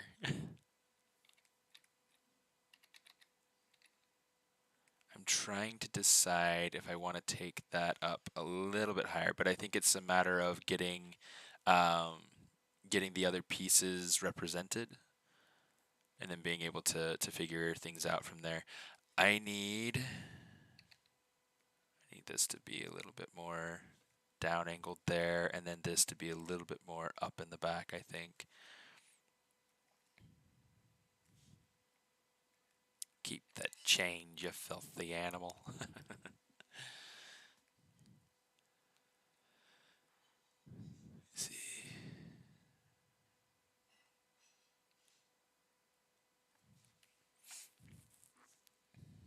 use After Effects, sometimes use Cinema 4D, and I've always been stuck in modeling and I researched and I found ZBrush. Yeah. Yeah, ZBrush isn't necessarily like a major motion design sort of tool, but it can be used there. And then there's like yeah, obviously Cinema 4D, and now they're part of the same family, and you can use stuff cross-platform now, which is kind of cool. Um, Started off in Rhino 3D back in '93. Box modeling was always a bit difficult for me. Then seeing how ZBrush was designed for traditional artists like myself, definitely landed on it being my main. Yeah, it's for me too.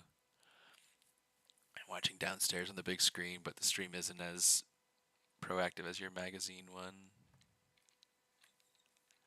Oh, provocative. Yeah, sure.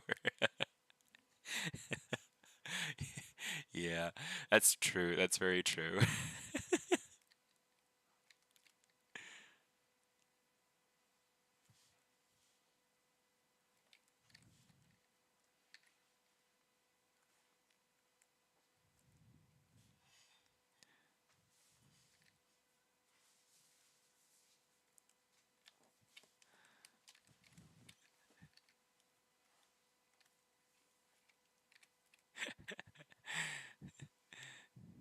Mystery meat.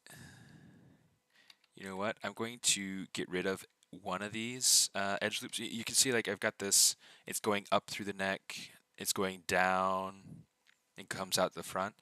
I want to get rid of this one. The way that I'm going to get rid of it is I need to collapse it. So I'm going to collapse poly loop and bow, just like that. It just makes it so that I've got a little bit lighter of geometry for this particular piece. Oops. Just kind of ease these points out some. And then any stylization things that I want to do to be able to like bring back whatever I had over here, I'll have to do that a little bit later. Let's see if we can get rid of some of these too, just so that it's lighter. Let's say slide edge loop partials so we can get these to be a little bit cozier. It's like with clothing, clothing doesn't have to be crazy. But one of the things that I try to make sure of is that it always has enough topology to honor the shape. With this particular piece, since this is intended as a game character, I'm intending to kind of well, let's see, let's do this. Let's say close concave hole. Oh, sorry, convex hole is what I wanted.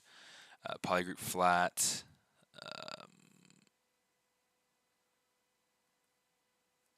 Optimal resolution. There used to be a minimum resolution. It doesn't look like it's there anymore. But yeah, I'll just get that, and then we'll come down here and get this. This way I have kind of like these edges that are coming in. So I'll just select my vest group, Control Shift X, and I can say geometry delete hidden. So now I've got this vest, and it looks like it has thickness. But this will work nicely for the game because it doesn't need to have actual thickness. Okay. One thing that I do need to make sure of. Oops. Invert that.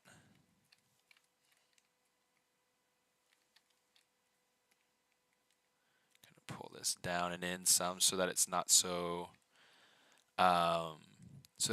straight back. I need it to feel like it feels more like thickness instead of feeling like what's it called, like an extrusion. I mean, it's just a matter of how it how it feels. It definitely needs to feel right, right, right, right. Uh-huh.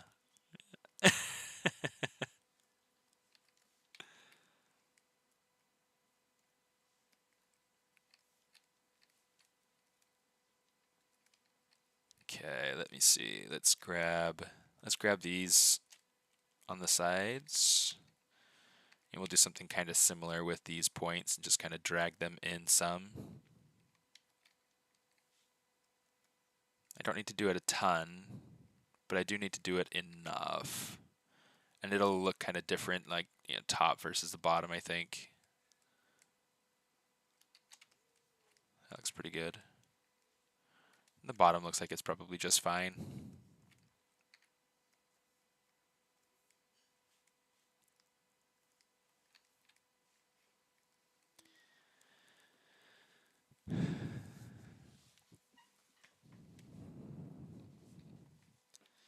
Let me see. How would you use ZModeler to retop a model made of multiple polygroups? Let's say I have a body and 7 polygroups, but I only need the neck to be reduced in faces. That's a good question. That's something that I would do manually. It's not something that I would do with any kind of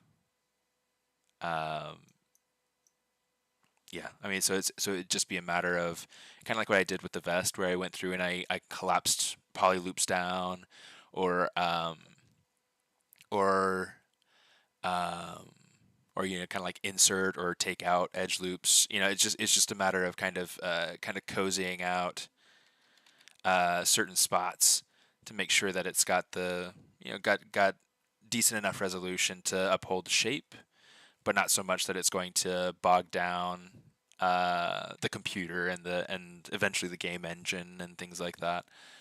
Um, it's a game changer when it feels like you're drawing, especially on screen versus dragging points with the mouse. Absolutely, absolutely, and it's kind of crazy. Let me show you. I should be able to. That's a little bit too much. Yeah, so like with the Cintiq, I mean it's really nice and easy. It's kind of funny to see a little bit of a lag between like what's going on in my camera versus what's happening on the screen. Do. Anyway, so yeah, it's really nice. 'Cause like I can literally come in here and, you know, just grab points. And it's very hands-on. One of the things that made me really apprehensive about having this sort of surface, before, was that, you know, I don't like having to look around my hand. Um, and so I've had a Wacom tablet for the longest time. You know, one of those that's just I mean, it works like a mouse and it works like this, but it doesn't have the screen. It's you know, so I had two screens that I would work on, two screens that I would work on. Um, Now the Cintiq acts as a screen, and I've got a, you know, my other monitor that I've had forever, just kind of up there where the camera's hanging. So it's fun stuff. It's really good. It's super useful. Like you said, Bird, it's a game changer. It enables so much. And it's funny because like they have a touch version and a non-touch version. I opted for the non-touch version because, like, I mean, I don't need hand gestures. I don't need to be able to to like pinch zoom or anything like that. It's just, you know, it just is what it is. You know, I don't know. It's just kind of a funny thing to me, but whatever. Let me see.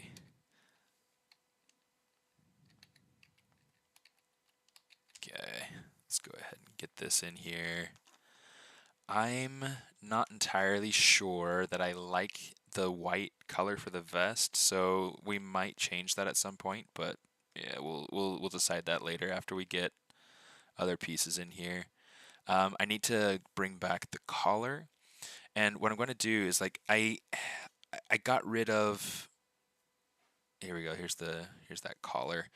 This piece might be just a little bit too messy now, though, since we took it off of the jacket, right? You know, I mean, it feels it feels like a dude kind of coming off the dance floor or something, a long night at work. I don't know, whatever. Something's happening with this guy, right? Poor dude. Um, I don't want to have the entirety of this collar. I just want it to be something that's much more simple. Um, I'll have it go around the back of the neck and have like the lapel, and that'll be it. So I'm just going to say let's kind of shrink this down, um, so we can't see it. We'll turn off the jacket. Let's grab the topology brush. This is just a. I'm not going to worry about like modeling in this collar to this vest. I think it'll work better without it.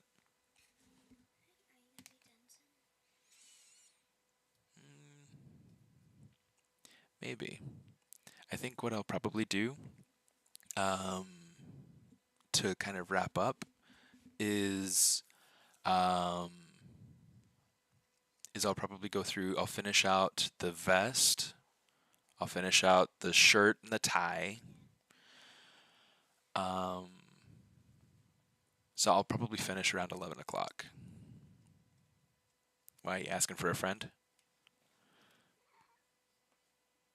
She's like, no, I'm not asking for a friend. I'm asking for myself, silly.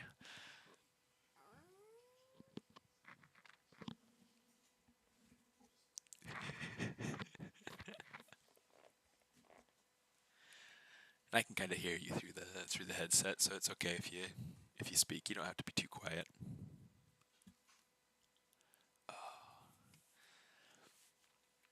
What's the poly budget for the game engine? I'm wanting to try to prioritize.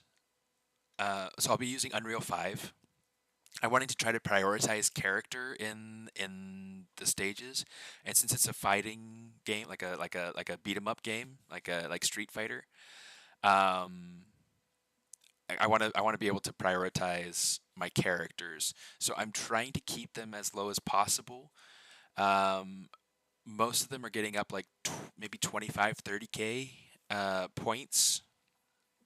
I'm not entirely sure like how dense this guy will end up being once he's got all of his pieces. But I'm going to try to see if I can keep it kind of as low as possible. You're working on a fighting game too? That's awesome. Yeah, it's so much fun. It's a challenge. It's certainly a challenge, and it's like I'm so excited about. Here, you know what? Let's turn off his person. Um, let's see. Let's drag this down so that this is all in kind of an order that makes sense. So we got like the vest collar, and then pants.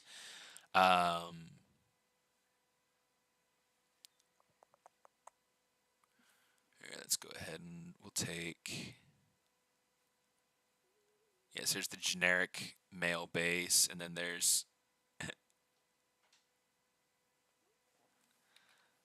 You see how we changed his height. There's the generic base, and there's mystery meat so far. You know, it's just kind of funny. Trying to keep roughly 100K for my characters. Cool. Do I post updates anywhere? I do. In fact, I need to update my bio link a little bit. But you know, if you check out my Instagram, you can find all my links at this bio site link. But if you check out my Instagram, my SMAARTIST Instagram, you can find me anywhere underneath that username. And Food Demons is the name of the game, right? So it's fun. So this is mystery meat, like we're talking about. I should have gone through and added that to the frame or something. I don't know. I'll figure it out at some point. But yeah, it's fun. It's so far I've the things that I've published so far. I haven't published everything. Like I haven't shared everything. I think I've shared more on this channel than I've shared like this channel and my own streaming channel as well. Than I've shared on my Instagram. But I'm starting to kind of post things about the game, character designs, character models. Um, it's just a blast. It is so much fun. Okay, let's see. Let's grab this jacket and purely because I'm here and I kind of want to see him succeed. Okay, that's cool. Okay, now let's get back to this. Thank you. Yeah, it's so exciting. Oh, that's what I wanted to do. I wanted to create a folder, body,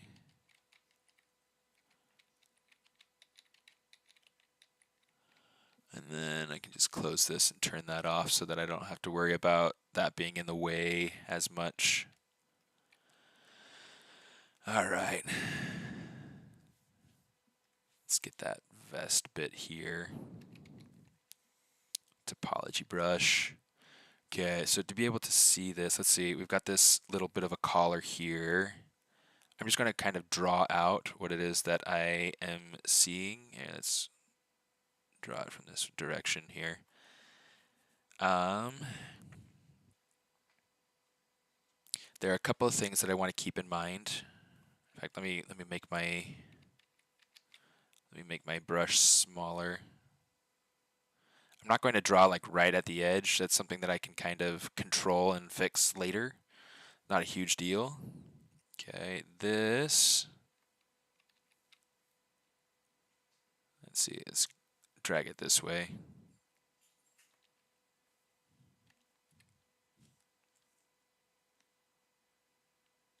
Drag that around like that.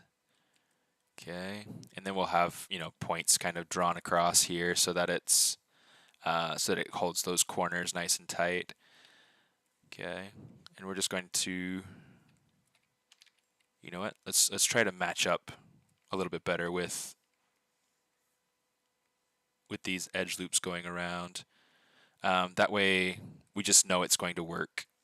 Right here, it's kind of go split the difference. We'll go kind of in the middle. Right here, let's go ahead and say, oh no, it split the difference. Okay, make sure that that's getting a point in there, and then we'll let's add in 2. We'll kind of fix you know, kind of how spaced these points are here in a minute. Yeah, I'll keep my brush with a thickness. So what happens is that like let's go ahead and solo this out. You can see like with my brush size, you can see that focal shift, that center circle. That's what determines the thickness of the mesh when you commit your geometry. Yeah, it's really nice. Oh, that's a little bit messed up right there, but that's fine. We can. Okay, cool. So let's go ahead and turn off symmetry, mirror and weld. Take crease, we'll say uncrease all. Nice.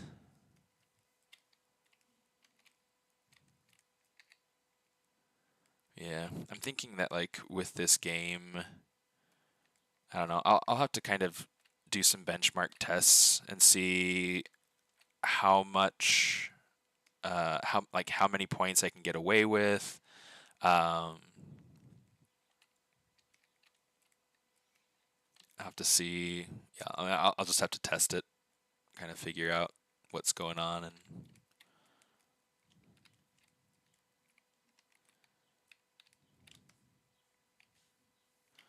let's go ahead and get rid of that extra little floating bit in there.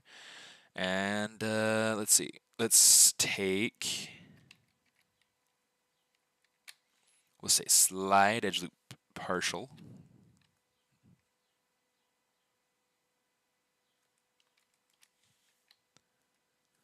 Just to, oh shoot, that got messed up in the center again.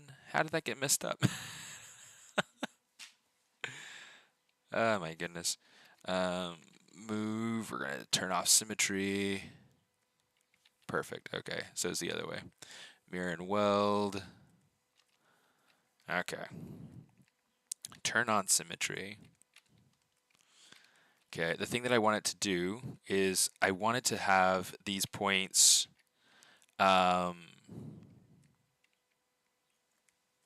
let's kind of scoot this down. I just wanted to be able to extrude these faces down and in.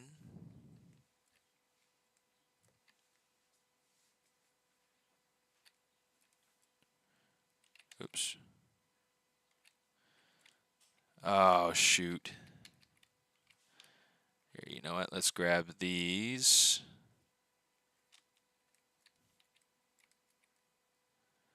And I'll say, let's grab our mask lasso. Sorry, it's like my brain's trying to catch up with what's going on, and it's not working very well.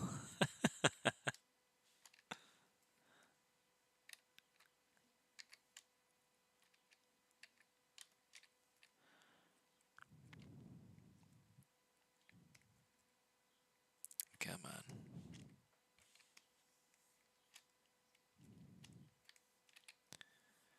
Oh my goodness. I feel like I'm struggling today. I struggle a lot sometimes, you know, it's just kind of how it goes.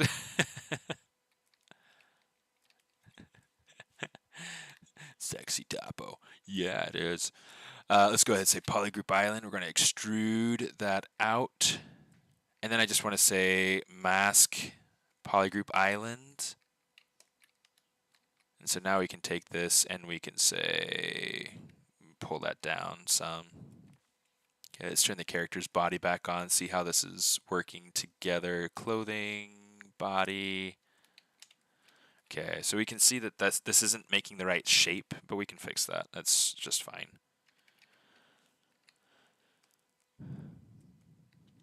And then we've also got to add in the shirt and shirt collar and the tie. We've got to add in some an extra edge loop, maybe 2. Yeah, let's make it 2.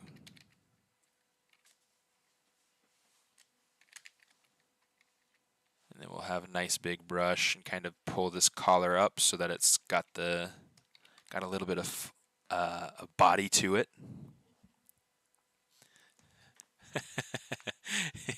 Yeah, I definitely struggle. It's a human condition.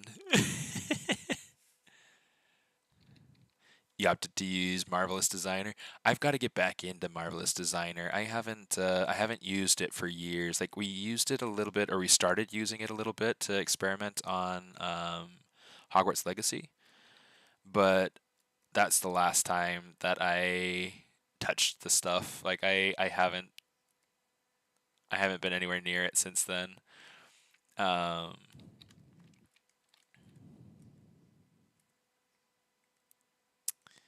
Yeah.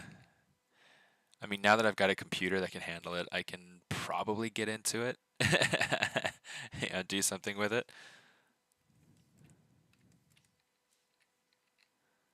I'll have to check it out and see.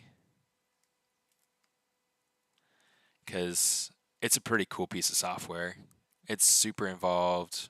You know, you can do some really neat stuff with cloth and clothing.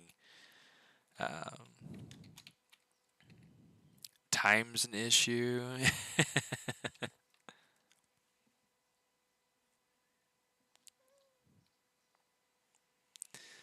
You see, is that mental exhaustion after solving so many problems rapidly? You get one. Yeah, that's true. To be the best, you need the best. That's part true. I've seen some people who do more with less.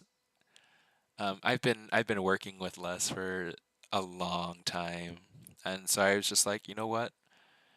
Um, I'm at a stage where I need to upgrade. I need to be able to handle more and do more and things like that. And so that's where I finally broke, and I was like, you know what? I'm getting this stuff.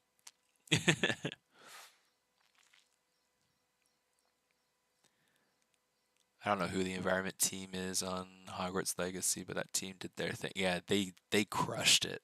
They crushed it. That game is so clutch. It's amazing. It is amazing. Yeah. I've let the kids play it a little bit. But in fact, maybe what I'll do at some point is have them go through their own through their own levels or something, but I don't know if I'm feeling that nice. I think it's best for them at their age probably to just have like access to my profile at at that stage.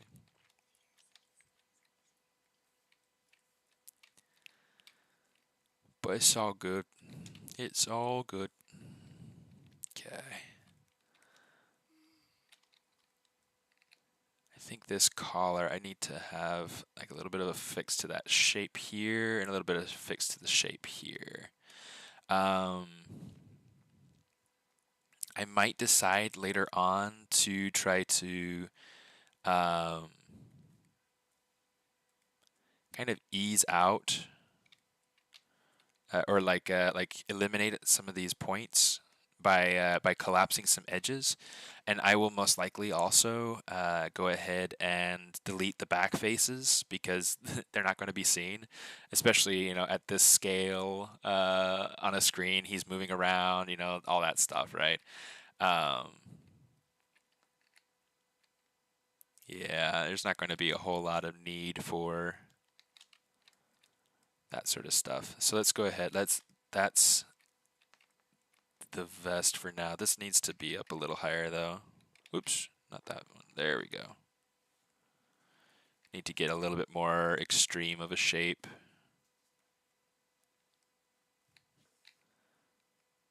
Let's see what we can get here.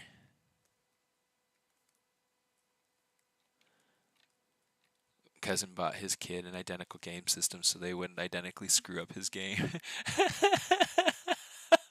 Well, I mean, there's some merit to that, I guess. Having so that you don't have to share your controllers. I can see like not having to share controllers. And if the kids are like super small or if they're really aggressive with things when they lose, then I could see that being really tricky. But yeah, it's yeah, it's kind of crazy. I wanted to become an animator. That's cool. Yeah, I'm going to be stepping back into animation a little bit with this project because I want to be able to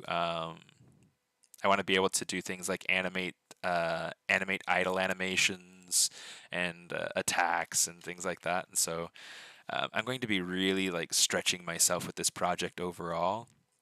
It's going to be amazing. I'm so excited, and it's definitely going to going to be like a pièce de résistance.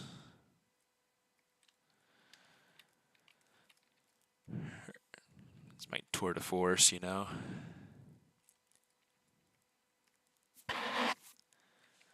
gonna be tricky though. There's just a lot. How did that happen? That's interesting. Rigging is kicking. Yeah, it does. It does that.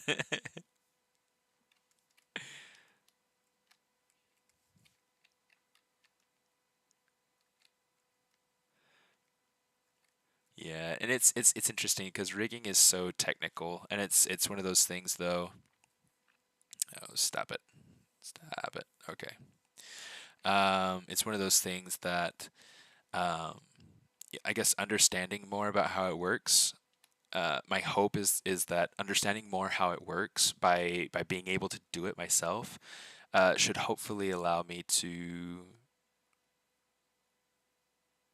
better comprehend pipeline and production and be able to also to fit into production in a more seamless way myself as an artist. Um, Careful.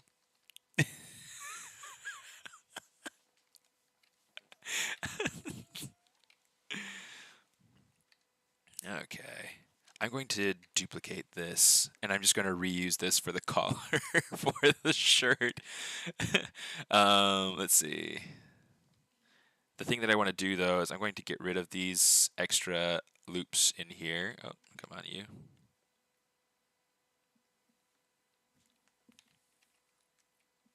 Get rid of these extra loops. Get rid of the extra loops.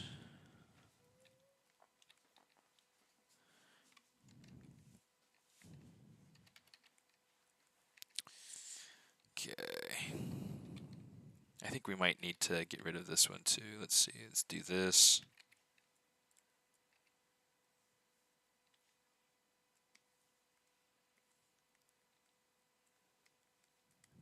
Let's see if we can get some cool stuff happening in here. It might be a matter too of let's grab this. We'll just eliminate whatever's hidden here, so that way we can we only have to worry about the one side. Maya auto rig. Yeah, so I was thinking about using advanced skeleton.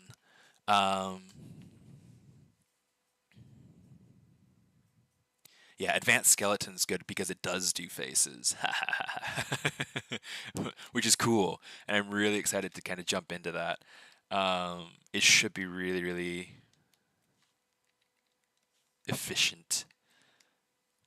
Yeah, I thought about using just auto rig because it's auto rig. I don't have to think about too much, but I want to I want to learn the process. So it's like, yeah, I don't know. It's just figuring out which battle you want to fight, which hill you want to die on, that sort of thing.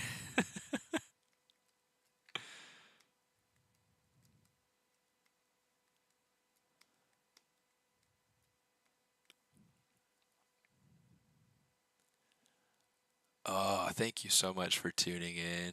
I know that things are tough for you guys over in Ukraine right now, so like, it's nice to see when people have um, the ability to tune into things like this. So yeah, thank you for coming and saying hi.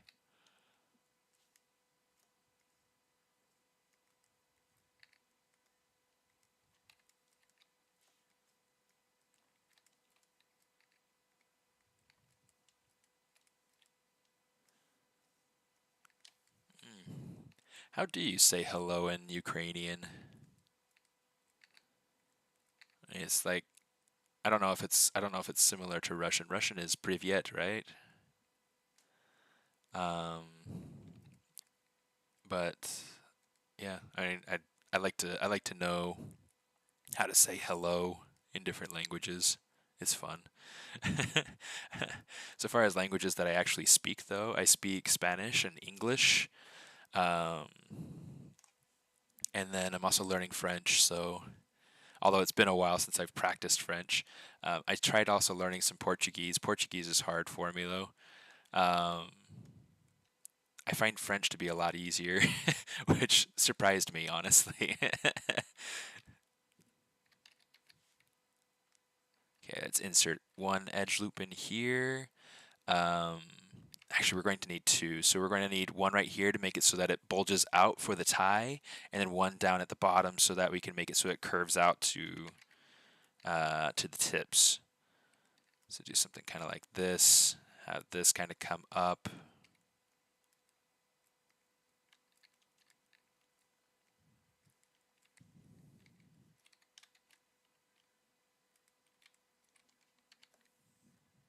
Yeah, let's get kind of like a.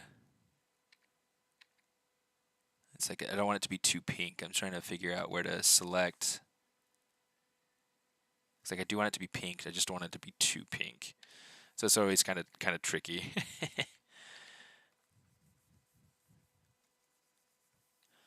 Yeah, let's just say color fill object. That'll be a little bit better.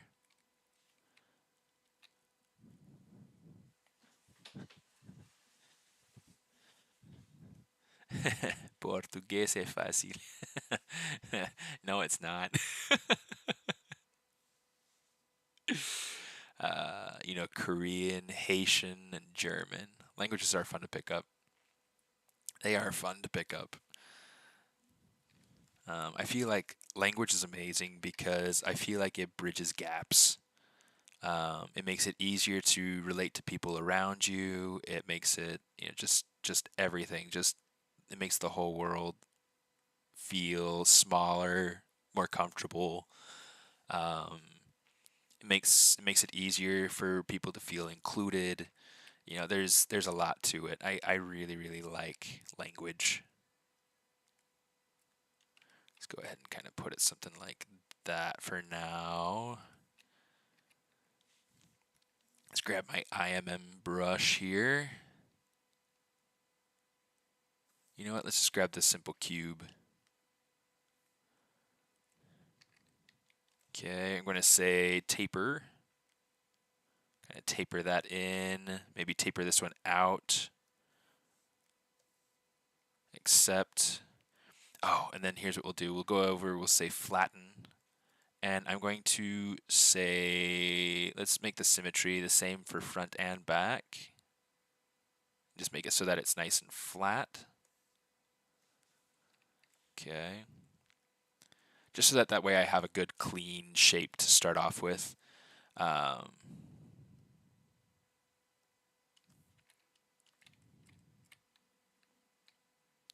something like that could be good. Oh, here, let's say split unmasked, so that way we have the collar and then we've got the tie. What I'm going to do is I'm going to say mirror and weld. Boom. And then we'll say insert multiple edge loops, keep polygroup flat.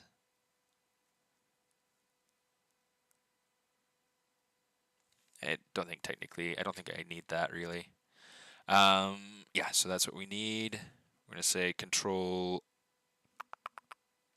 Let's get rid of this. Let's see. Let's say control W just to make sure that it's all one polygroup. And then I want to make sure that the ends are a polygroup. Because what I'm going to do is I'm going to say crease PG. Boom. So that makes it really easy. If you know Spanish, Portuguese should be easier than French. Well, I mean, so here's one of the tricky things. Well, it's like, yeah, there are some things that are really similar.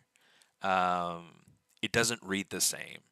The grammar is very different. And for me, one of the things that I super love about Spanish is that things are very simple and straightforward.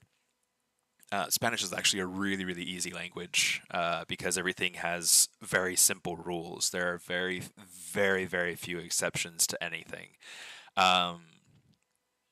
Portuguese, it's like I can't, and I don't know if this is like a regionalistic dialect or something like that. That's native to Brazil or something, because I'm not very familiar with Portuguese from Portugal. Portuguese. um, and so one of the tricky things for me is that let's go ahead and give it a polygroup down here too. Let's crease PG. One of the really tricky things for me was that like having a D make more of a like a j, like a j sound. I don't know. It might be a regionalistic thing, but it's I don't know. Menino, it's like it kind of makes sense if you think of it as like mi niño, like my boy. Menino, mujer, I can't wrap my head around it yet. So it's going to take some time for me to learn that one. Yeah, it's just a tricky one. But it's cool, like, to like hear native speakers. Yeah. Necesito aprender. Sorry, that was Spanish, but it's it's the closest I've got.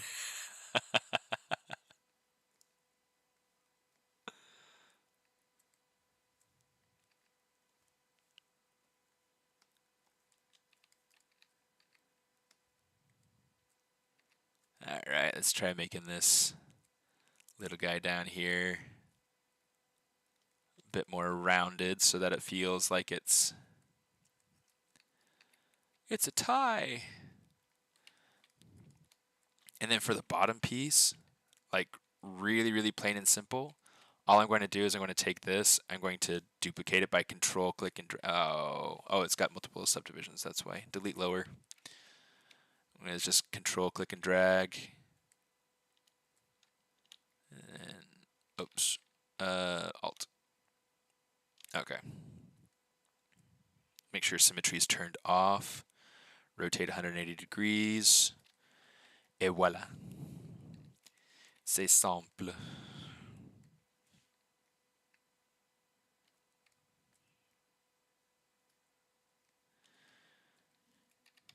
Yeah.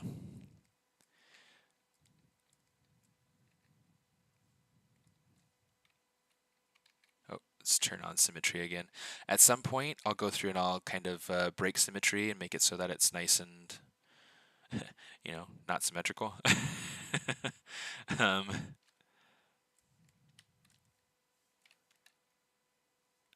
yeah, I want to make sure that I'm keeping that, but I can get rid of the rest. Okay, delete hidden. And then we can say, not deformation, shoot, polygroups. That's what we're looking for. And then let's go ahead and move these things around. Let's make stuff happen.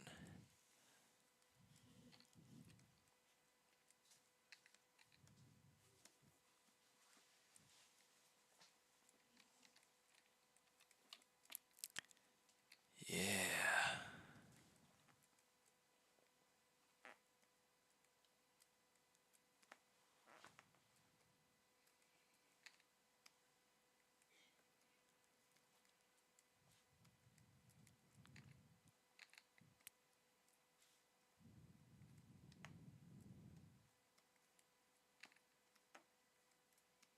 Yeah, this should be pretty fun. Collar needs to be adjusted to fit over the tie, but, yeah, let's make sure symmetry is on for now.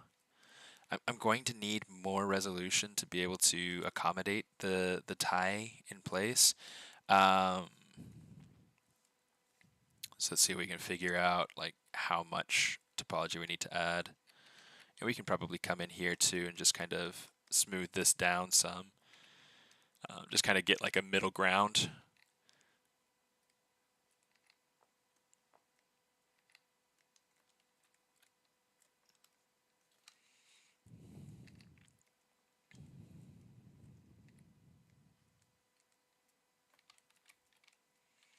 In this little bit right here, let's go ahead and kind of make that come down a lot further into the rest of the tie.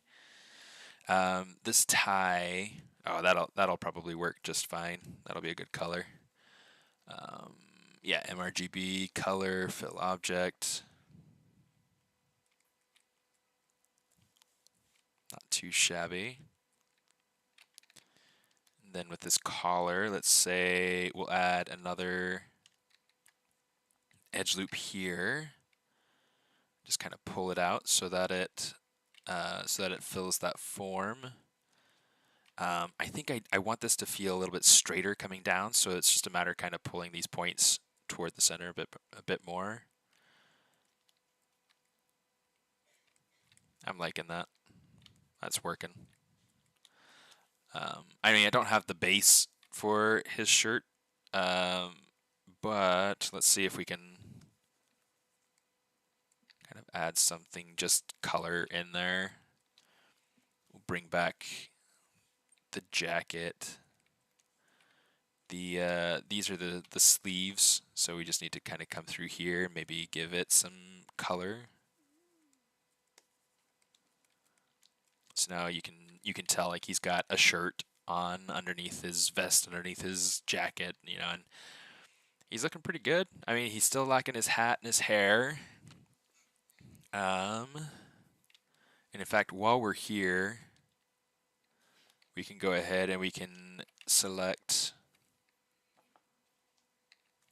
In fact, let's go ahead and select it at a higher resolution, just so that we get a little bit crisper of a mask.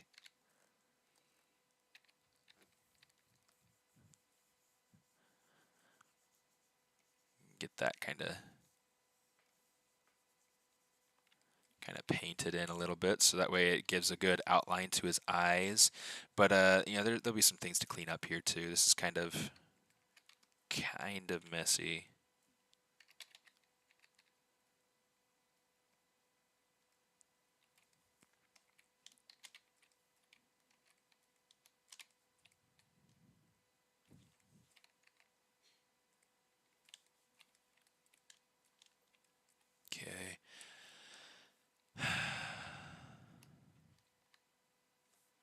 his eyes feel like they're too close together. So I'm trying to decide exactly what I want to do to fix that. One of the things that I could do is I could take the eyes, and this is what I did with salt and pepper. Is I took the eyes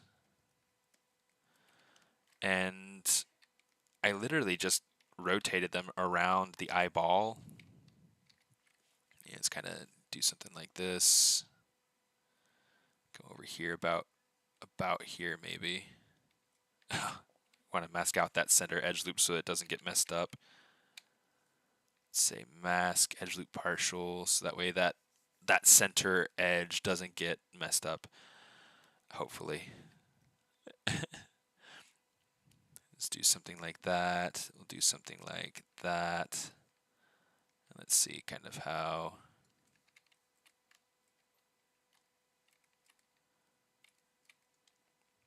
we can get this to work. It's a little bit too wide. That's kind of cool, but I feel like it makes his face feel too wide. Or like the shape. That shape is, I'm not entirely sure that I like that shape. But I feel like he definitely reads better from the side. So I think what I'll do, let's take these, maybe pull them in toward the center just a little bit. So like it's rotated out toward the outside of the head, but then it's also pulled in toward the center. And then let's grab the eyes. We'll just kind of pull them in as well.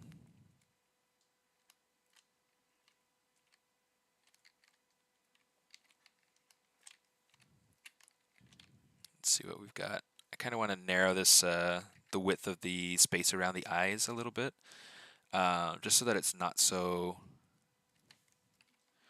nutso.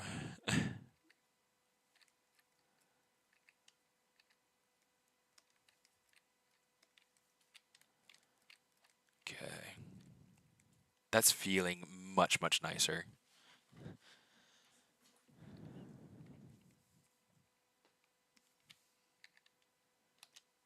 Just going to kind of smooth that out a little bit.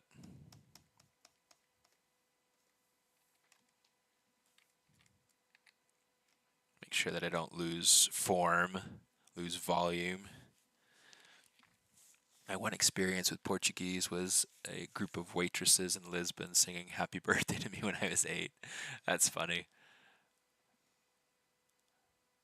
Hello from India. Awesome. Hello, India.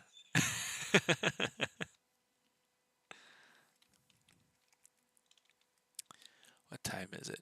Oh, it's not quite 11 yet. Let's block in that hat. Let's see if we can get a hat blocked in, because that'll be a major part of everything.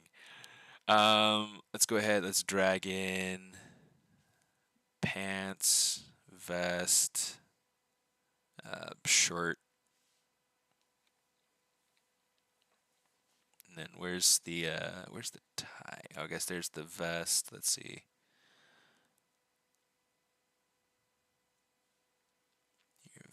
Vest, tie, collar. We'll block in that.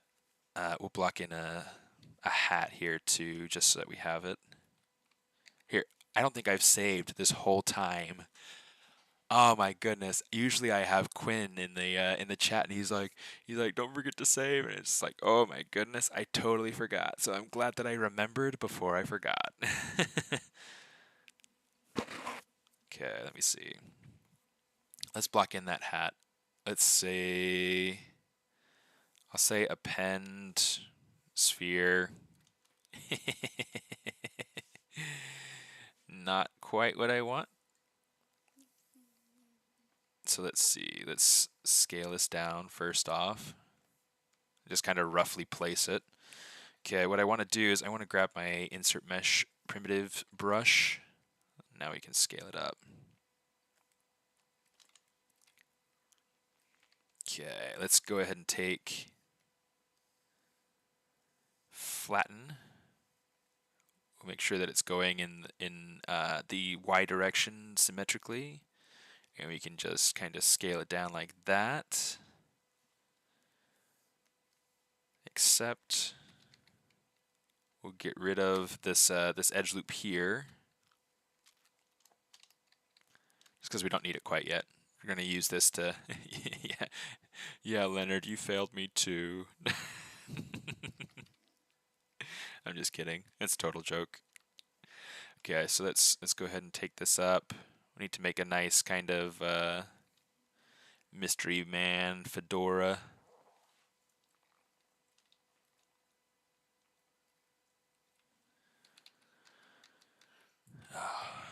Turn on symmetry, because, you know, one forgets. Okay, let's go ahead and insert another edge loop in here now that we've got this, and we can say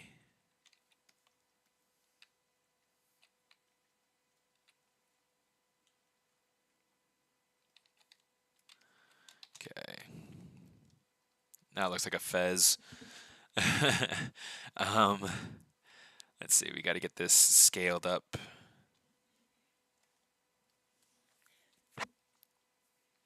Okay, and then we'll take the angle, we'll kind of angle it down. And then just like real simple, what I'm going to do is I'm going to take this, I'm going to say extrude, we'll say poly loop, and boom. Okay, so like really quickly we're able to create something, right? Let's go ahead and say mask polygroup island. Okay, I did mask it. It was good. We're all right. We're gonna bring it down a little bit. Let's center it. Make it a little bit bigger. Make the whole thing a little bit bigger.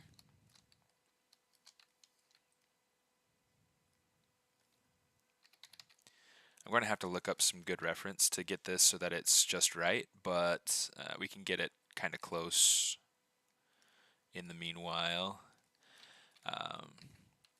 Had a student last term that made some sort of detective fox, and it was pretty fun. It was a fun one.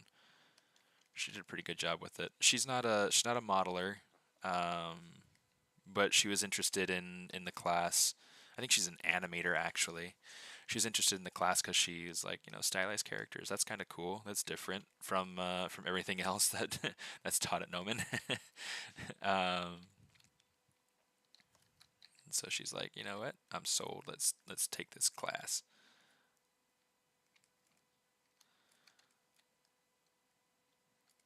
The brim's definitely out way too far.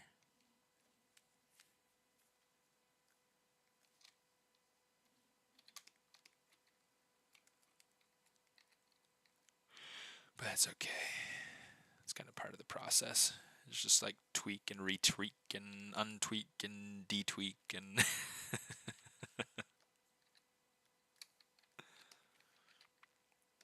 let's see, we can just kind of position this hat all together. I think it's coming up too high.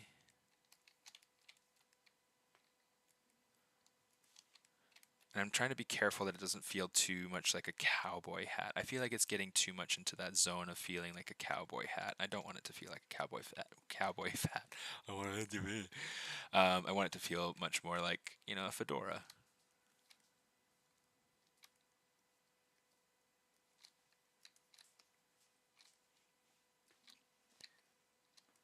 Okay, I'm going to say Control Shift S. Let's get rid of that thickness. Delete hidden. And then what I'm going to do is I'm going to turn on dynamic thickness because that'll be pretty good. 0.003, something like that. Nope, too thin. 0.03. Too thick. 0.007. 0.01. Yeah, that's good enough. I was going to say that's just right, but it's not quite just right. It's just good enough. Okay, let's grab this and start to get a little bit more body to the brim.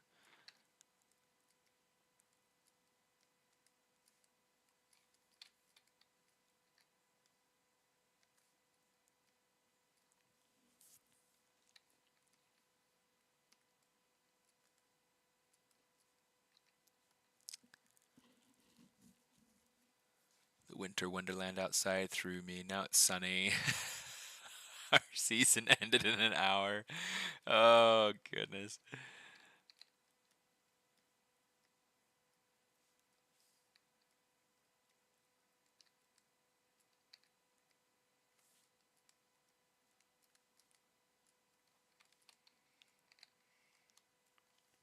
Yeah, let me see. I'm gonna look up some quick reference.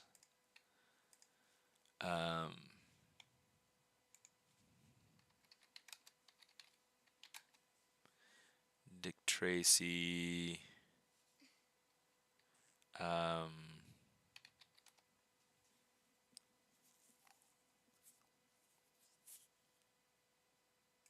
See, that looks much more like what I'm wanting to get. There we go. That's the one. That's the one. That's gorgeous. So much less of a bend to the brim.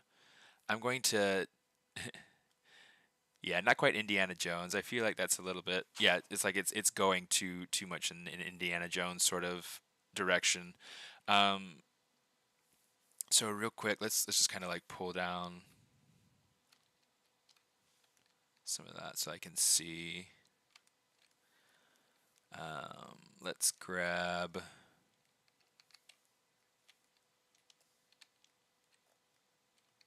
the top of the hat, kind of soften it, and start to kind of shape it a little bit more.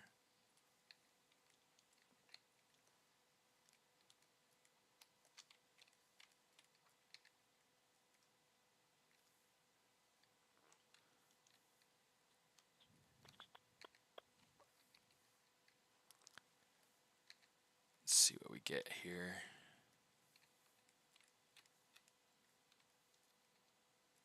It does need to be a little bit taller though. There's going to be a lot of like working this around just to make sure that it fits with this character because he's like super stylized. And then I'm going to need to add in extra edge loops in here. Autosave.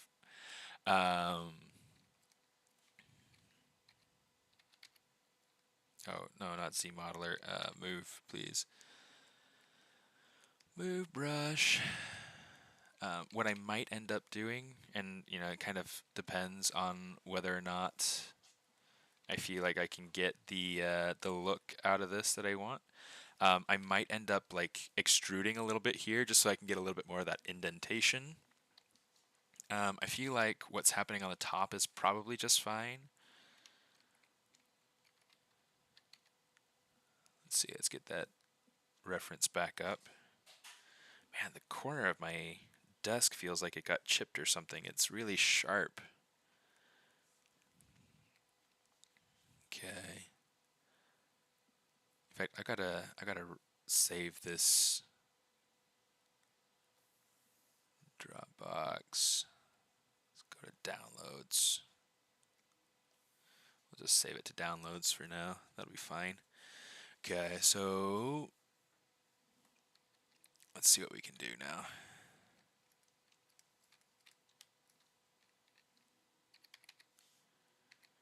I feel like it's like drooping too much here in the back. So let's see about kind of picking it up. And then the brim goes too far forward.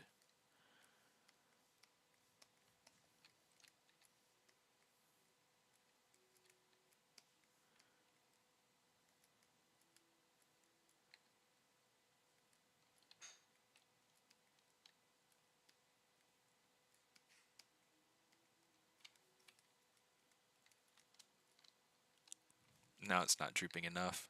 And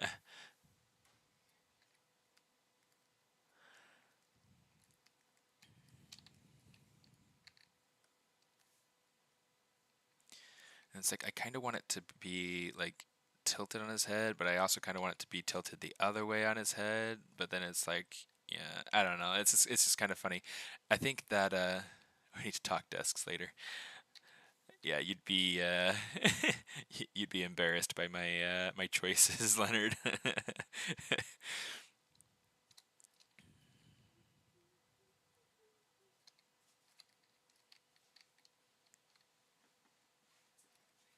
Get that cool kind of uh, side hat look. Because now it's just going to be a matter of getting this to feel. It was maybe a little bit too far down.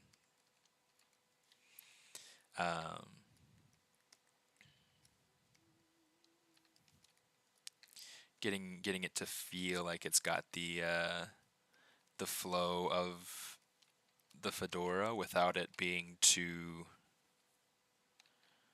Yeah, it's like that brim needs to come out some more. And it needs to probably go down onto his head more if I want it to be more like this. But I think that, I don't know, maybe for now it's worthwhile just to keep it kind of like this. Let's go ahead and let's add the little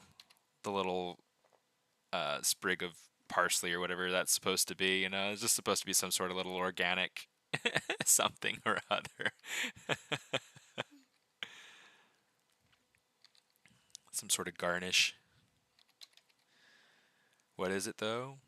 We don't know. It's a mystery. So the thing that these images right here are actually part of ZBrush. It's using Spotlight, and if you look at the beginning of the stream later on, you'll be able to see exactly how I bring that in. But essentially, you just come in, you import a texture, and then you pick the texture that you want. I like to use PNGs. I try to make sure that whatever image I have has the good transparency around the outside of it so that you see right through it. And then you try to change your, make sure that you don't have pure black in your image. Because what'll happen, the reason why this is working out so nicely and the reason um, why it's working out and it's cutting out and you can see past it is that it reads transparency as or reads black as transparency in your images. So um, so yeah, that's kind of how you play at it. So if you make sure that you have a PNG and then you have no black in your PNG at all, it'll cut out the outside and it'll come in transparent like this. It's really nice. It's really really nice. It does not work in a way of being like, oh, this I can tell this is this gradient of gray, and so I'm going to use it as like a part transparency. It's you know you set your opacity of the whole image, and then anything that's you know any level of gray is just going to show up as that color gray or that value of color. I am familiar with PureRef. I don't like it as much though because yeah, I don't like having to manage you know multiple softwares for that sort of thing. Whereas here with ZBrush, it makes it really really easy because the images are there. I can color sample from them if I want to. I can't do that with PureRef. So that and I can go through and I can bookmark exact places where they're placed. So you know this placement for you know these placements for these images, I can just go through texture, save spotlight, and you know save it out. Do you want to replace it? Yeah. Um, so it's really easy, and then I can bring it back in, and it's in the exact same places. Um, yeah. So yeah, that's why I use this over PureRef. Yeah, that's what we're here for. You know what? I'm going. I like that. I like that. That kind of green there. Let's kind of close that.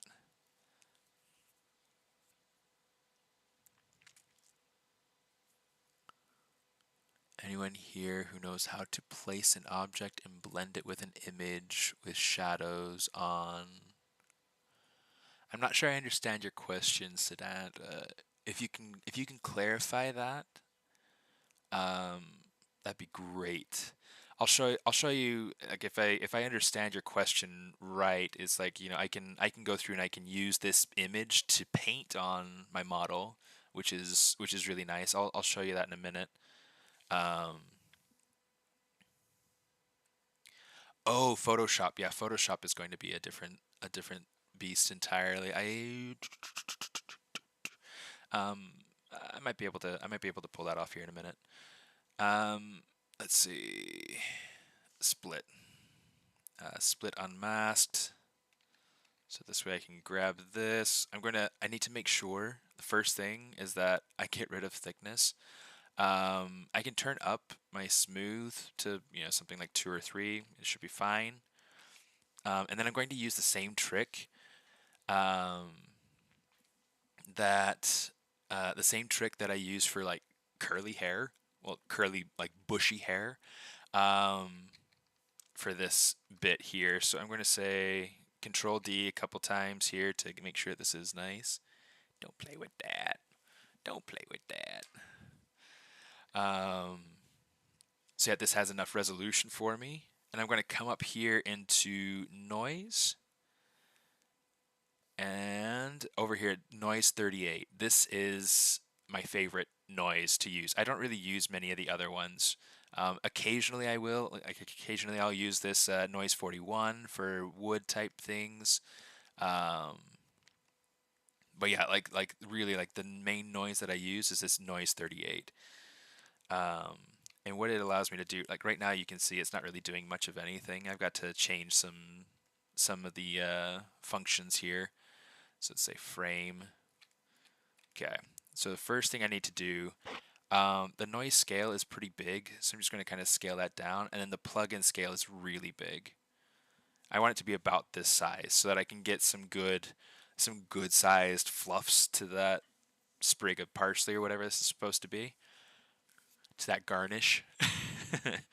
I can turn off color blend, so turn that to 0. The color's just fine. It's not really a big deal. We can fix that color here in a minute. Yeah, let's come back in here. Let's grab. Oh, let's grab. I liked that teal better. Where is that? Oh, that's a little bit too teal.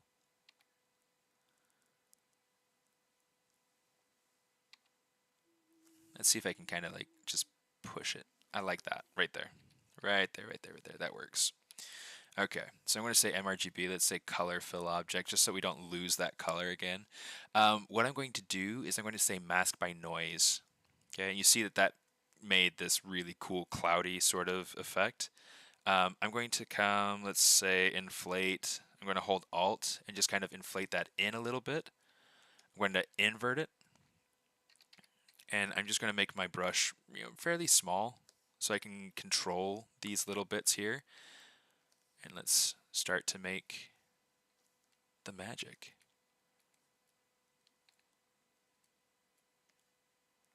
So you can see like this is really starting to come into a shape now.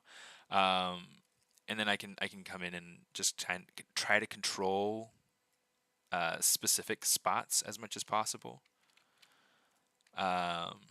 Just to make it so it doesn't feel like broccoli. I don't want it to feel like broccoli. I want it to feel more like parsley or something, you know, like I want it to feel fluffy. I don't want it to feel like broccoli. Which I think this didn't quite do what I wanted it to do. Let me see. I might have to do something different with it at some point. Yeah, because that's not working for me.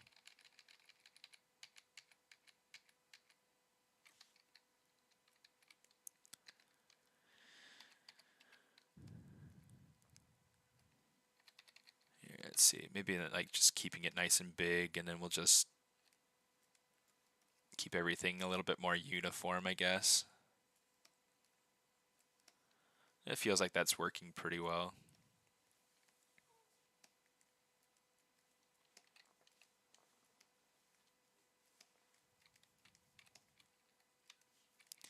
This bit in here, this is where I'm going to try to kind of art direct it a little bit. I'm going to try to like push and pull things just to get a little bit more control over shape and silhouette.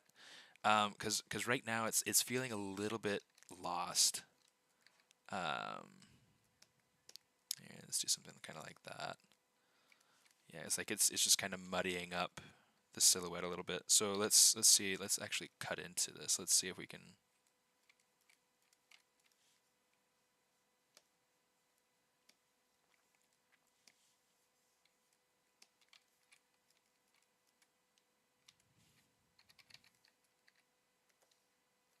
Kind of pull this around a little bit, just trying to make it so that it breaks silhouette, so that it's not so uniform, so it's not so perfect, and there's not too much sameness.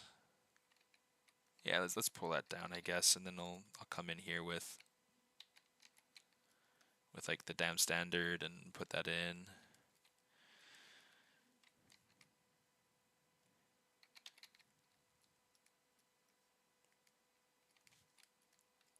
Okay. I'm gonna come over here and let's get the color on that hat there.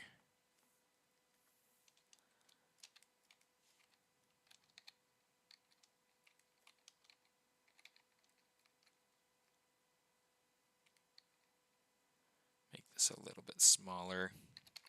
And maybe I'll try to make a couple of these sprigs kind of stand up a little bit more, break the silhouette some.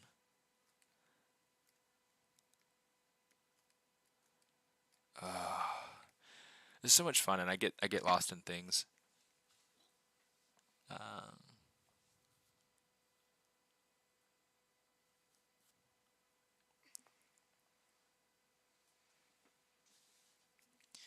So one of the interesting things with ZBrush, speaking of Photoshop, let's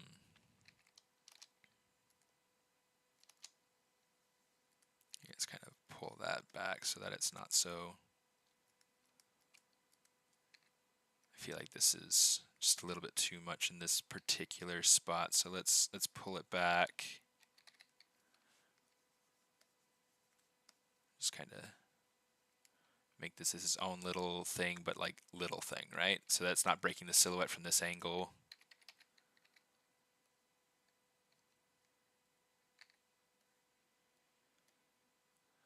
I feel like there's too much sameness with these lumps, so I'm going to try to like push and pull so that I can rearrange them a little bit.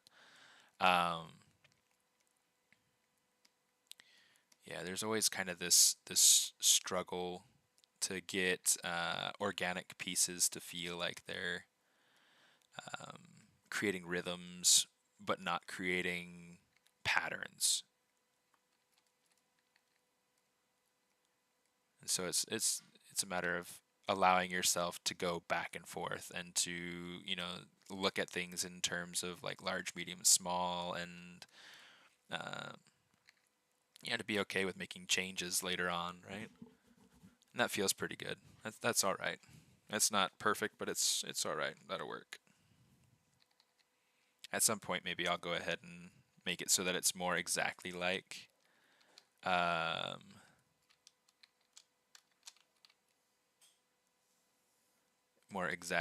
my concept. But for now,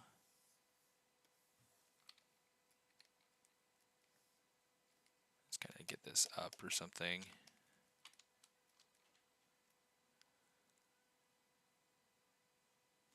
Cool. Yeah, I don't know, something. It'll be standing in the very least. Okay, so right here, what I want to do, let's say Control-Shift-D. We'll go ahead and do this and say invert geometry, modify topology, delete hidden. And then what I want to do to be able to make this so that it feels like it's on top of the hat, I'm just going to go ahead and change my dynamic settings so that the offset is full 100. You can see how much of a difference that made. It covered up the eyebrow, it covered up everything. So that's good. That's a win. That is a win. I'm going to make this the same color as the pants, I think, for now. mRGB, color, fill object.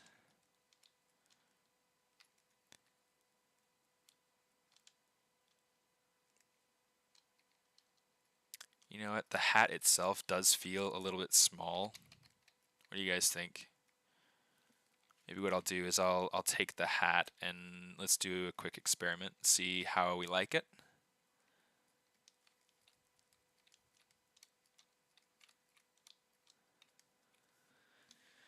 Save. Let's say we'll grab the hat, Control Shift D, Control Shift D, so that we have this new hat and band. I'm just going to make sure that I'm using just the hat and the band, and we will rock you.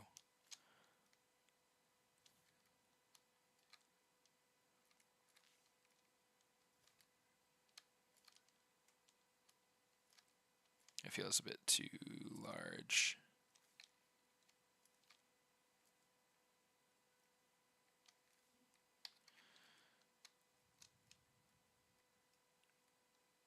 That does feel quite a bit better. I think that that's the right direction. So let's go ahead and grab this. We'll pull this down so that this is in the right spot. And then let's fix the hat real quick. I'm going to leave a little bit of space here so that there's room to put the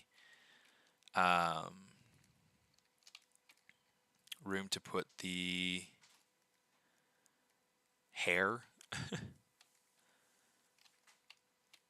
Hairy meat. Yeah, nothing makes it more mystery than hair that has, or meat that has hair. Unless it's just, you know, fresh from the carniceria, from the butchers.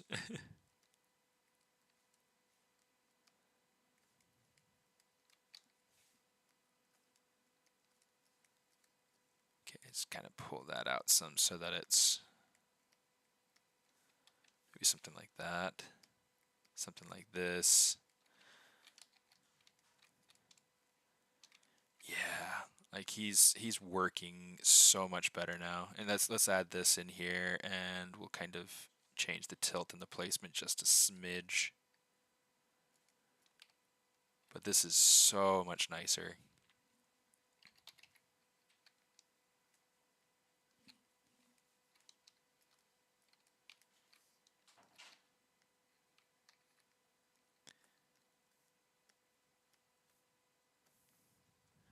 Oh, it's getting bright in here now.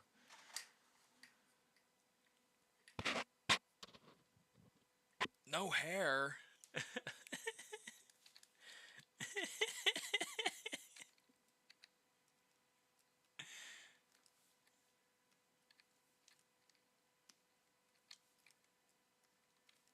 You don't think the hair would be good? What? That was a very strong no hair. Oh my goodness.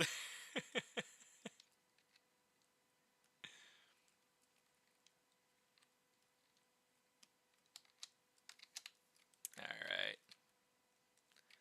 Well, if there's no hair, then I guess we're done.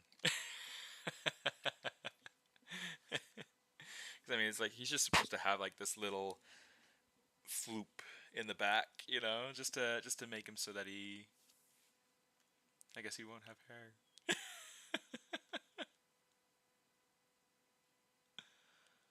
Oh, two. Okay, I want to make sure that this has, you know, a decent edge. I want that edge loop to feel like it's, you know, like there's a decent, you know, thickness to it, you know. Let's go ahead, we'll add in an edge loop here, and then we'll add in an edge, come on you, right here. Let's see if we there we go. We didn't mess up the outside, so we're good. We're all right. It's more mysterious that way. Really? Really? I guess it does make us wonder, like, how old is he? So I guess that could work.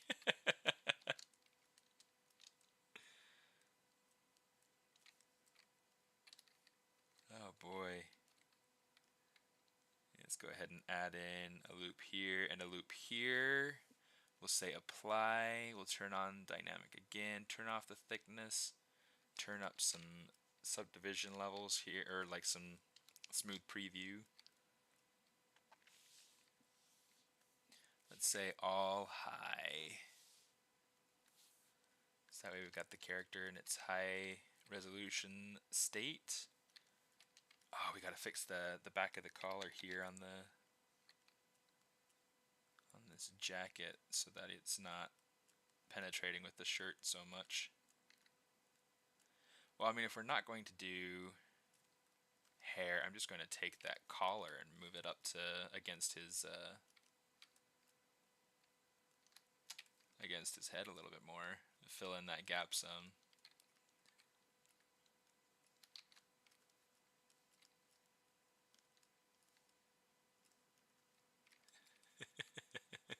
Okay, Mr. E. Mr. E. If there's going to be something in the food, my brother would get it.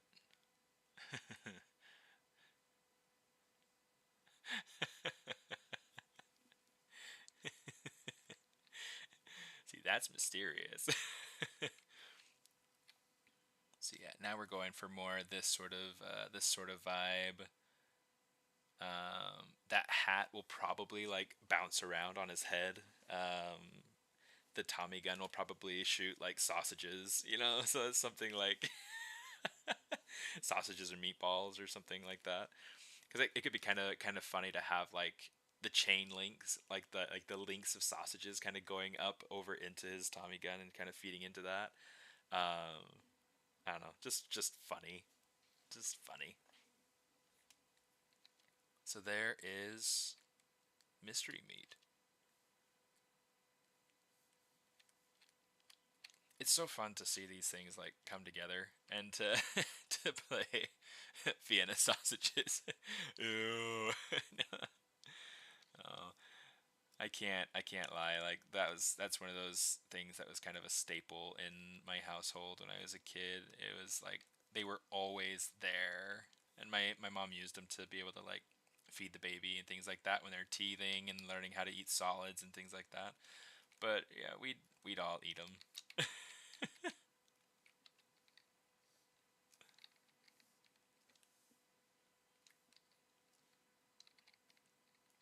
Come on, come on, come on, come on. I'm surprised my sister didn't show up. She's usually here in these streams too. Okay, this is going. So what I'm doing right now, I mean, you'll notice that I'm not caring too much that the bottom side is masked out, and I'm moving the top side. What this is going to do is it's going to create a little bit of a profile. In fact, I can kind of showcase this a little bit.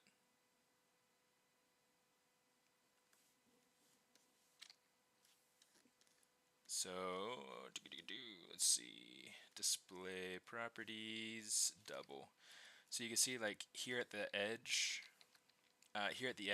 this thickness is much, it's much thinner around the edge of the hat versus toward the center part of the brim. I'm doing this very much on purpose so that that got a little bit messy. Oh well, we'll not worry about it too much. Um, I'd rather it get a little bit thicker than get a little bit thinner. And you know what? This got a little bit messed up, so I'm going to have to fix it, but it's not a big deal. I can just fix it. It's going to allow me to keep, I guess, keep appearances more than anything. Okay, cool. Let's insert the edge right there. I think that'll be nice. Okay, that's cool. And then this is its own thing, and then this is its own thing. Okay. I'm going to keep that yellow poly group for now, just for the sake of simplicity. But one of the things that I could do is I could eliminate a lot of topology in here by just getting rid of all this, and then I'll grab this poly group here and just pull it down. I still want to have enough. In fact, I need to maybe make it so that there's one more or something like that. But I still want it to have enough of, like, I'll say a hinting at. Come on, you, come on, come on, come on, come on. It does not want to. There we go. I still want it to hint at having depth, but I want to save on topology as well and save on polygons. And so one of the things that I can do is I can have this be less shallow than it would have been regular. In fact, I can just kind of smooth that out a little bit. So now, I mean, he can still take the hat off. It still has some depth to it, still has some thickness to it, but it has a couple dozen less polygons to it than it had before. So yeah, really, really kind of nice, really simple. And yeah, there we go. Mystery meat. I think there are some shape things that I need to work out with this, with the hat specifically. But if I'm not going to rely on the hair at all, I don't know. I still want to do a version of the hair, and you'll see what what that looks like, and see whether or not you like it. In the end, it's my choice, right? Sorry, microphone's like away from my mouth again. Yeah, I don't know where my sister is. I don't know where she is. She usually tunes in though. The cookie dealer.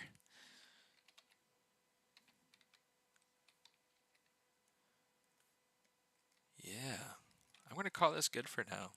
It's turned out nicely. This is fun. This is exciting. Maybe next week. Maybe next week either I'll work on like whatever you do. Thanks. Next week I'll either do a new food demon or I'll make his prop.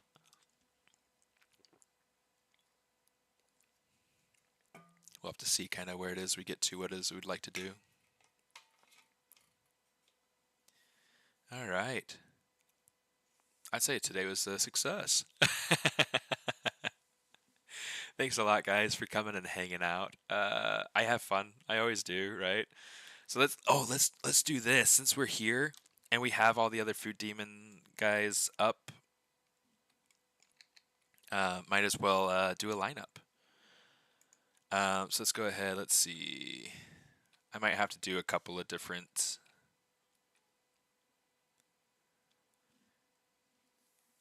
Here, let's do this. I'm going to say movie timeline show. We'll make a mark for Tsushiyama. Shift S. We'll make Pepper. Make a mark for Pepper. Shift S. Let's go to Salt.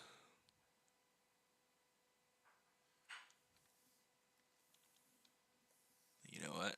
Let's kind of space these out a little bit more. Shift S. We've got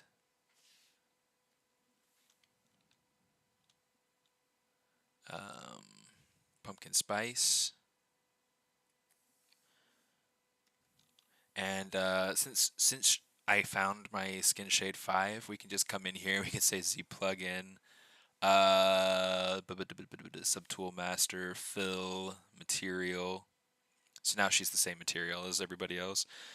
Control S, and let me see. So that's 1, 2, 3, 4. That should be, yeah. So we're good. Shift S, and now we have mystery meat. Although compositionally, it's much harder to see him from that side. Here, let's go ahead and we'll still do it. There we go. there's kind of a height chart so far to show kind of the scale, the lineup. Um, Obviously, salt and pepper being twins, they're going to be the same height. Obviously. Um,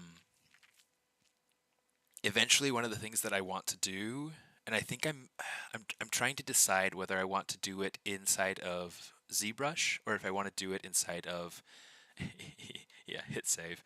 Um, uh, or if I want to do it inside of Substance Painter, which Substance Painter is not something that I would use on this stream, on this platform, on this channel. Something I would use on my personal channel, but yeah, I mean, just at some point try to figure out getting like the salt sprinkles on her head, um, getting Pepper to also have like little pepper flakes all over her forehead, on her feet, kind of going up her legs. Yeah, totally Substance Painter. I think is the route to go. I need to get back into it. I need to get better with it. So it'll be fun. It'll be good times. Um, but yeah, there's my lineup so far. Um, Technically, if we're being technical about it, I also have another one that I started. I haven't finished though. This is my daughter's favorite. Um, Here's Sugar. She's got a ways to go, but she's also turning out super fun. There are some things that I need to work on in like my paint overs to get like different silhouettes to read with her hips.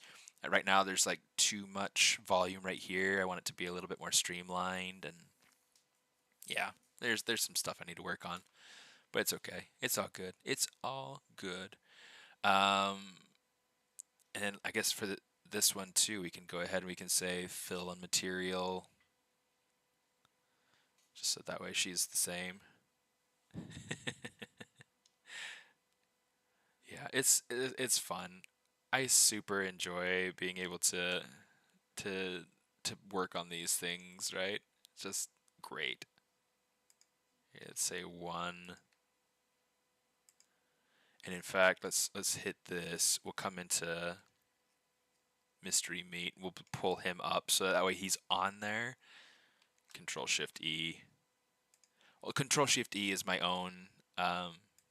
It's my own shortcut that I put in. Um, I think maybe it's not. No, I'm pretty sure it is. I put it in for export on the document, so that way I can export um, a JPEG of. So there's my link. Um, there's my link for my everything. So, and you can find me pretty much anywhere underneath SMAARTIST, SMAARTIST. It's a combination of my initials and the word artist, so it's really nice. Um, yeah, that's where we'll end up for today. It's fun. It's fun. It's fun having the characters, being able to put them side by side, being able to look at them, how they compare together. Um, Tsushiyama over here on the far right, I mean, he'll be much more in kind of a. Here, let me show you the picture so that you guys can get a better idea. So here's Tsushiyama. So he's more hunched over. Yeah, just fun stuff. It's just fun. But yeah, that's where we're at. That's where we're going. We are progressing. Here's Sweet Tooth. He's our original food demon. We got Flapjack, Flapjack. We got Sugar. We got Pumpkin Spice, Mystery Meat, who we worked on today. Tsushiyama, Elote that we talked about. That's not the finished design though. This is more the finished design. You can see he's got like he's got everything. He's got corn. He's got like he'll be made out of husk in these areas where it's green. He's got the chile, the chili powder sprinkled over top of him. Uh, I might make it look like he's got butter, like like he's sweating butter, you know, just kind of funny. Anyway, um, Sushiyama beefcake. He's I've got a different version of him too somewhere. I'm not sure where. Oh yeah, there we go. So there's beefcake. I'm not sure if that's going to be my final version of him or not, but you know that's where he's at so far. Salt and pepper, cream puff, and then muffin top. So it's fun. It'll be fun, and it's going to be such a cool project when it's done. I'm hoping to have some sort of playable something by the fall. I don't know if I'll make it. Right now, I'm just having too much fun building out characters. I need to go out and build a couple of stages. So uh, maybe what I'll do is I'll like bite back a little bit and not build any more characters yet. And then I'll just work on kind of building out the environments or an environment. Um, so yeah, we'll see. We'll see what we do. But yeah, this is where we're at. Thank you guys for coming. I have a blast. You know, it's always fun, and it's great having people to chat with and while I stream. And so thanks for coming. Thanks for hanging out. And I'll see you next time I see you. Smartest out.